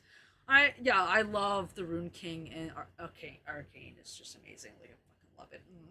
I love it. Oh, anyway, well, I could go down another rabbit hole on that one, but yeah. So, I want you guys to have fun when I play games. I want you guys to be able to fuck with me and stuff like that. And Dixper's a great way to fuck with me. Right now, doesn't work for League, so I try not to play League on stream if I can afford it. If it's like there's a buff mission I have to finish and I want to finish it, then I'll play League on stream. But I try to avoid it right now just until Dixper's fixed. Once Dixper's fixed, then if I have a buff mission and I feel like I need to play it, at least you guys can be entertained while I'm playing it and get like, fuck me over and have me die multiple times, because that's gonna happen. You guys love to kill me, which is great and entertaining, and I find it fun, and I like trying not to die. There was a clip of me as like Retina Glass, and like I had Dixper running, and you guys zoomed in on me so I couldn't see, and then Kazakhs came and killed me, and it was the most hilarious thing because I was like, ah, fuck, and I like literally couldn't see what was happening. It was great. But yeah, when you see Dixper, you'll understand why it like pairs so well with ARAM, because it's like I can play ARAM without brain power. I have to brain power to try not to die from you guys. It is great. And if they fuck with you and you keep dying, you can blame your rank on them. Well, I don't play ranked on stream. Ever. Ranked, I do not play. Norms, I will play if I have like a group of 5 or 4 and they invite me to a game, and then I'm like, hey guys, I'm streaming. Just know that I'm gonna run collector on everything, and you know, whatever. So they kind of like if it's ARAM, it's fine. If it's norms and my friends are aware that I'm streaming and they know that I have Dixper running and shit's gonna hit the fan, they're fine. I will not play ranked on stream with Dixper. I won't play ranked on stream at all because I don't want. I don't get tilted very often, but when I do, I just don't want that. I don't want that toxicity, that part of me to be, I don't want to expose you guys to it, and I have a couple times, and I don't like that part of myself, so I won't play ranked on stream, and I don't want to jeopardize someone else's ranked game with Dixper, right? Like it's fun for you guys to fuck with me. I have fun with you guys fucking with me. My friends or people in ranked game, I don't want to subject that to them because it's not fair, right? Everyone's trying to climb. Most people are genuinely trying to climb. I don't want to ruin that for people. So usually when it's on stream, I will play strictly ARAM. When I do play League, if maybe norms, but I will never play ranked. Yeah, because I don't want to fuck people's games up. Okay, people fuck with me and they kill me, and they ruin my ranked games, but I don't want to ruin anyone else's ranked games. I don't want that karma on me. Okay, I want to climb. I don't want to fuck up anyone's games.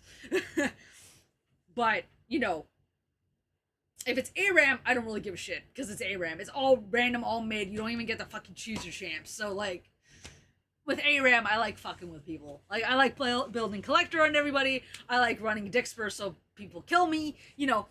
ARAM is fine.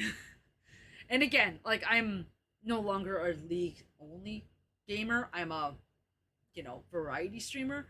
I know my intro and outro don't reflect that because a lot of my as you saw, my follow notification, my intro, it's all misfortune based because this is how long it's taken for me to try to transition from a League of Legends only streamer to a variety streamer. All these notes I've been taking is things I want to change to make myself a variety streamer and not so League focused. I still haven't done it. ARAM is a fuck it all mode indeed. Exactly. Right? We like the fuck it all modes of like games. That's why I right now I don't play a lot of League on stream, but I play a lot of Faz, which Dixper has a lot of Faz cards and it's fun. I play 7 Days because that's fun. Right now on Mondays I'm playing BioShock, so I finished BioShock 1. I finished BioShock 2 except for the thing I was going to do today, but we're not doing it today because I've been just chatting this entire time, which has been nice. And then I've been playing Don't Starve. Peak I played. Overcooked with a couple friends. I fucking love Overcooked. Oh my god, especially Overcooked. Like I'm running around already panicking and becoming Gordon Ramsay and an ass, and then like people will throw dicks for cards, and I'm like, fuck, it's great. Yeah, no, I like you guys fucking with me. And then there's always Gary. I'm surprised he hasn't come on and yelled dicks in my ears. But then there's people who like using the sound alerts and yelling dicks in my ear and other things, and that's fun. No, I like having fun. I like you guys fucking with me because it's chaos. It is pure chaos, and it makes my day because it keeps me on my toes, and it's fun. So yeah, fingers crossed Dixper gets better so it's fun for everybody. Exactly, it's fun for everyone. I want people to have fun. I want people to enjoy whatever game I'm playing, and if they don't enjoy the game I'm playing, at the very least they enjoy fucking with me with whatever Dixper stuff they throw at my face or what have you. Sound alerts, Dixper, distracting me in chat, and then I end up dying. That happens a lot too. It's great because right now you don't notice it. Well, you kind of can notice it because I keep putting my eyes between the two, and that's because I'm looking at chat, but then I also have my face over there, so I keep looking at myself being like, is everything okay? Is my stream okay? Is everything working? But I have, because I use Streamlabs for my streaming, so I have an overlay of chat, specifically the Twitch chat, which I know some people are upset about that, but right now Streamlabs overlay only does one primary chat, which is my Twitch chat, because that's my main platform. Everywhere else is, multi-streaming, so I can't really keep tabs on the chats very well. But I have my chat on stream, so like on my screen, so you guys can't see it. Well, you can see it now because it's over there. But when I go to my games only area, you do not see chat. My chat is overlaid on top of my game, so while I'm gaming, I can talk to you guys and I can be like, yeah, I see you have a fun for everybody. Yeah, I can read the chat while gaming, so it's hilarious because I'll like read the chat and my like either I end up dying because I'm talking to you guys, especially when it's Faz. Like if it's a yokai and I'm talking and I don't mute my mic. Okay, I like having it so the ghost can hear me. So I'll be chatting with you guys, thinking everything's okay, and then the ghost will come and kill my ass. It's great. It's so much fun. I have to physically mute myself, and then there's the free channel point stuff, which is like mute you for 10 minutes or mute you or like voice ban for 5 minutes or whatever, and it's like it's fucking chaos. It is great. I love it. I want you guys to have fun. That's all. That's what this all is about. Is I want you guys to have fun on my stream and to fuck with me because it's fun, and I have fun with it. And there's a dog cam, as you can see. You can't see her right there right now. For those on Twitch and Play Button platform, but you can see her up there. And she's just chilling there. She's awake. Had fun so far. I'm glad. I'm tired, but I have relatively high energy. And stuff. So it's a lot. I love streaming. I really hope one day that I can make some form of living from it because it is a lot of fun, and I know I don't want to. I know I've been talking a lot about money and shit, and I don't mean to, but it's because it's one of those things on my mind right now that I'm panicking about. It's kind of coming out, but like I hope one day I can. I don't have to be crazy like some of the big streamers, but you know, I was telling some in my chat like a while back that like if I can make even a sixth of my income, so I can get my Sundays off because I in the summertime I work 6 days a week, which is very tiresome and very draining. Even if I can make a sixth of my income, it'd be good. It can be fun on occasion. What can be fun on occasion? My stream? What do you mean my stream's not fun? How dare you? No, I'm just joking. I'm just joking. I'm just joking. Shit. But yeah, I hope one day this can be, a thing that is more than just a hobby and more than just, a thing. And, I can play a league to punish him. Lol. Yes, play Ling. Wow, my brain just died. Play League to punish Devil's Cry. Exactly. No, I'm just joking. I don't know when I'll play League next on stream. Probably won't be for a while. Also, ads starting in 8 seconds. I know there's been like a fucking shit ton of ads, but I keep forgetting to yell that ads are happening. I meant streaming in general. What do you mean? Oh, okay. It can be fun on streaming in general. Can be fun on occasion. Okay, I thought you meant my stream. I was like, what did I do? No, I'm just joking. But yeah, no, I like streaming. It's for me, it's really fun, and it's really nice to be able to like. This is my de-stress time. I don't have friends in the city. A lot of my friends are outside of the city, so I don't get to see them a lot. So it's to be able to come on stream and to chat with you guys and have conversations and to feel like I'm like being a normal person and like being social is really nice. Like I look forward to streaming and to having fun. And that's what this is to me. It's fun. Like I know that I am trying to make it, something more, but I don't want it to ever take the fun out of gaming and to take the fun out of streaming. I want to have fun first and foremost, and then secondary it be business, right? That's a soft punishment though. Yeah, playing League is a soft punishment because it's still gonna fuck with me, and it's League. League fucks with me anyway. But yeah, I hope one day I can get to a point where things can get, I can make a little side hustle out of this. That would be really nice. Like I know it's already a side hustle, but like I guess a more substantial side hustle, so it can help with the stress that I'm feeling. And I know a lot of the stress is in my head and that like I am financially sound, but like one step at a time and who knows where the streams lead to. Exactly.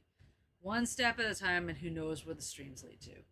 Like I've had some like really positive energy and a lot of positive things happen with streaming. So like I know that in my heart it's there. Like I know one step at a time things are going to get better.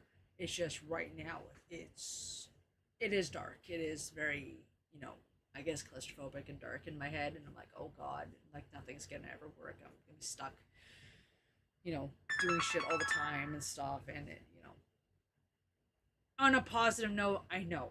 Okay, I know one step at a time and things are going to get better and things are going to go in good places and I'm looking forward to that. Um I know I can talk for about 20 more thousand years, okay? I'm a talker. When you get me going, you guys, that's the thing. I'm a really quiet gamer usually, but then as soon as someone's around to like text chat with me or like chat with me, I just start going ham because I like talking. So I could go longer. I could. However, it's 8 o'clock. I've been streaming for 3 hours and 5 minutes. Which, as much as I don't want to end stream, because I've been having a lot of fun chatting with you guys, and I really like this like just chatting stream that I did. You need your rest. Exactly. I have to wake up at like 1 in the morning tomorrow, so I kind of do have to go to bed and prep my lunch and stuff for work and stuff. So as much as I don't want to, I have to go. I'm sad. I don't want to, but you know I have to. But I appreciate you guys sticking around. Thank you guys so much for the follows. Um, I'm not gonna raid, and that's only like I usually do raid. Trust me, I usually do raid, but today I'm not going to because I am still really tired and I am emotionally drained, and I do want to just go and sleep. We'll do 2 ARAMs before bed myself, and I hope to catch you again soon. Yeah, for sure. Good luck with your ARAM games. For anyone who's playing games in general, good luck with your games. Good luck having fun. If you guys are getting ready for bed, have a nice night. Um, I really appreciate you guys sticking around and having and chatting with me, and I hope you had fun. I know this was a really more somber. Good night, Miss Streamer and chat. Take care, all. Good night, online.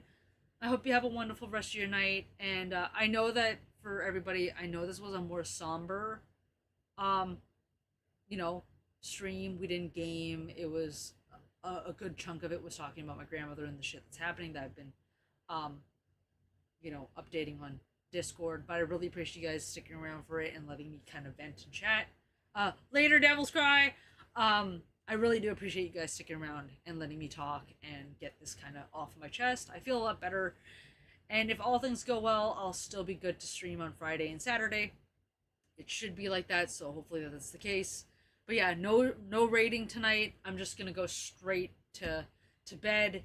Thank you guys again so much for the follows. Thank you guys so much for chatting with me. I really appreciate it. I really appreciate your kind words and sitting through and having this conversation and making things a little lighter at the end. I really appreciate it. I did have a lot of fun. It was nice to come back to streaming, even if it was just chat. And yeah, as always, my little shrimps, I will see you guys in the next one. Good night, everybody. Bye. I love you all. Good night, and I'll keep you updated on Discord. Good night. Bye.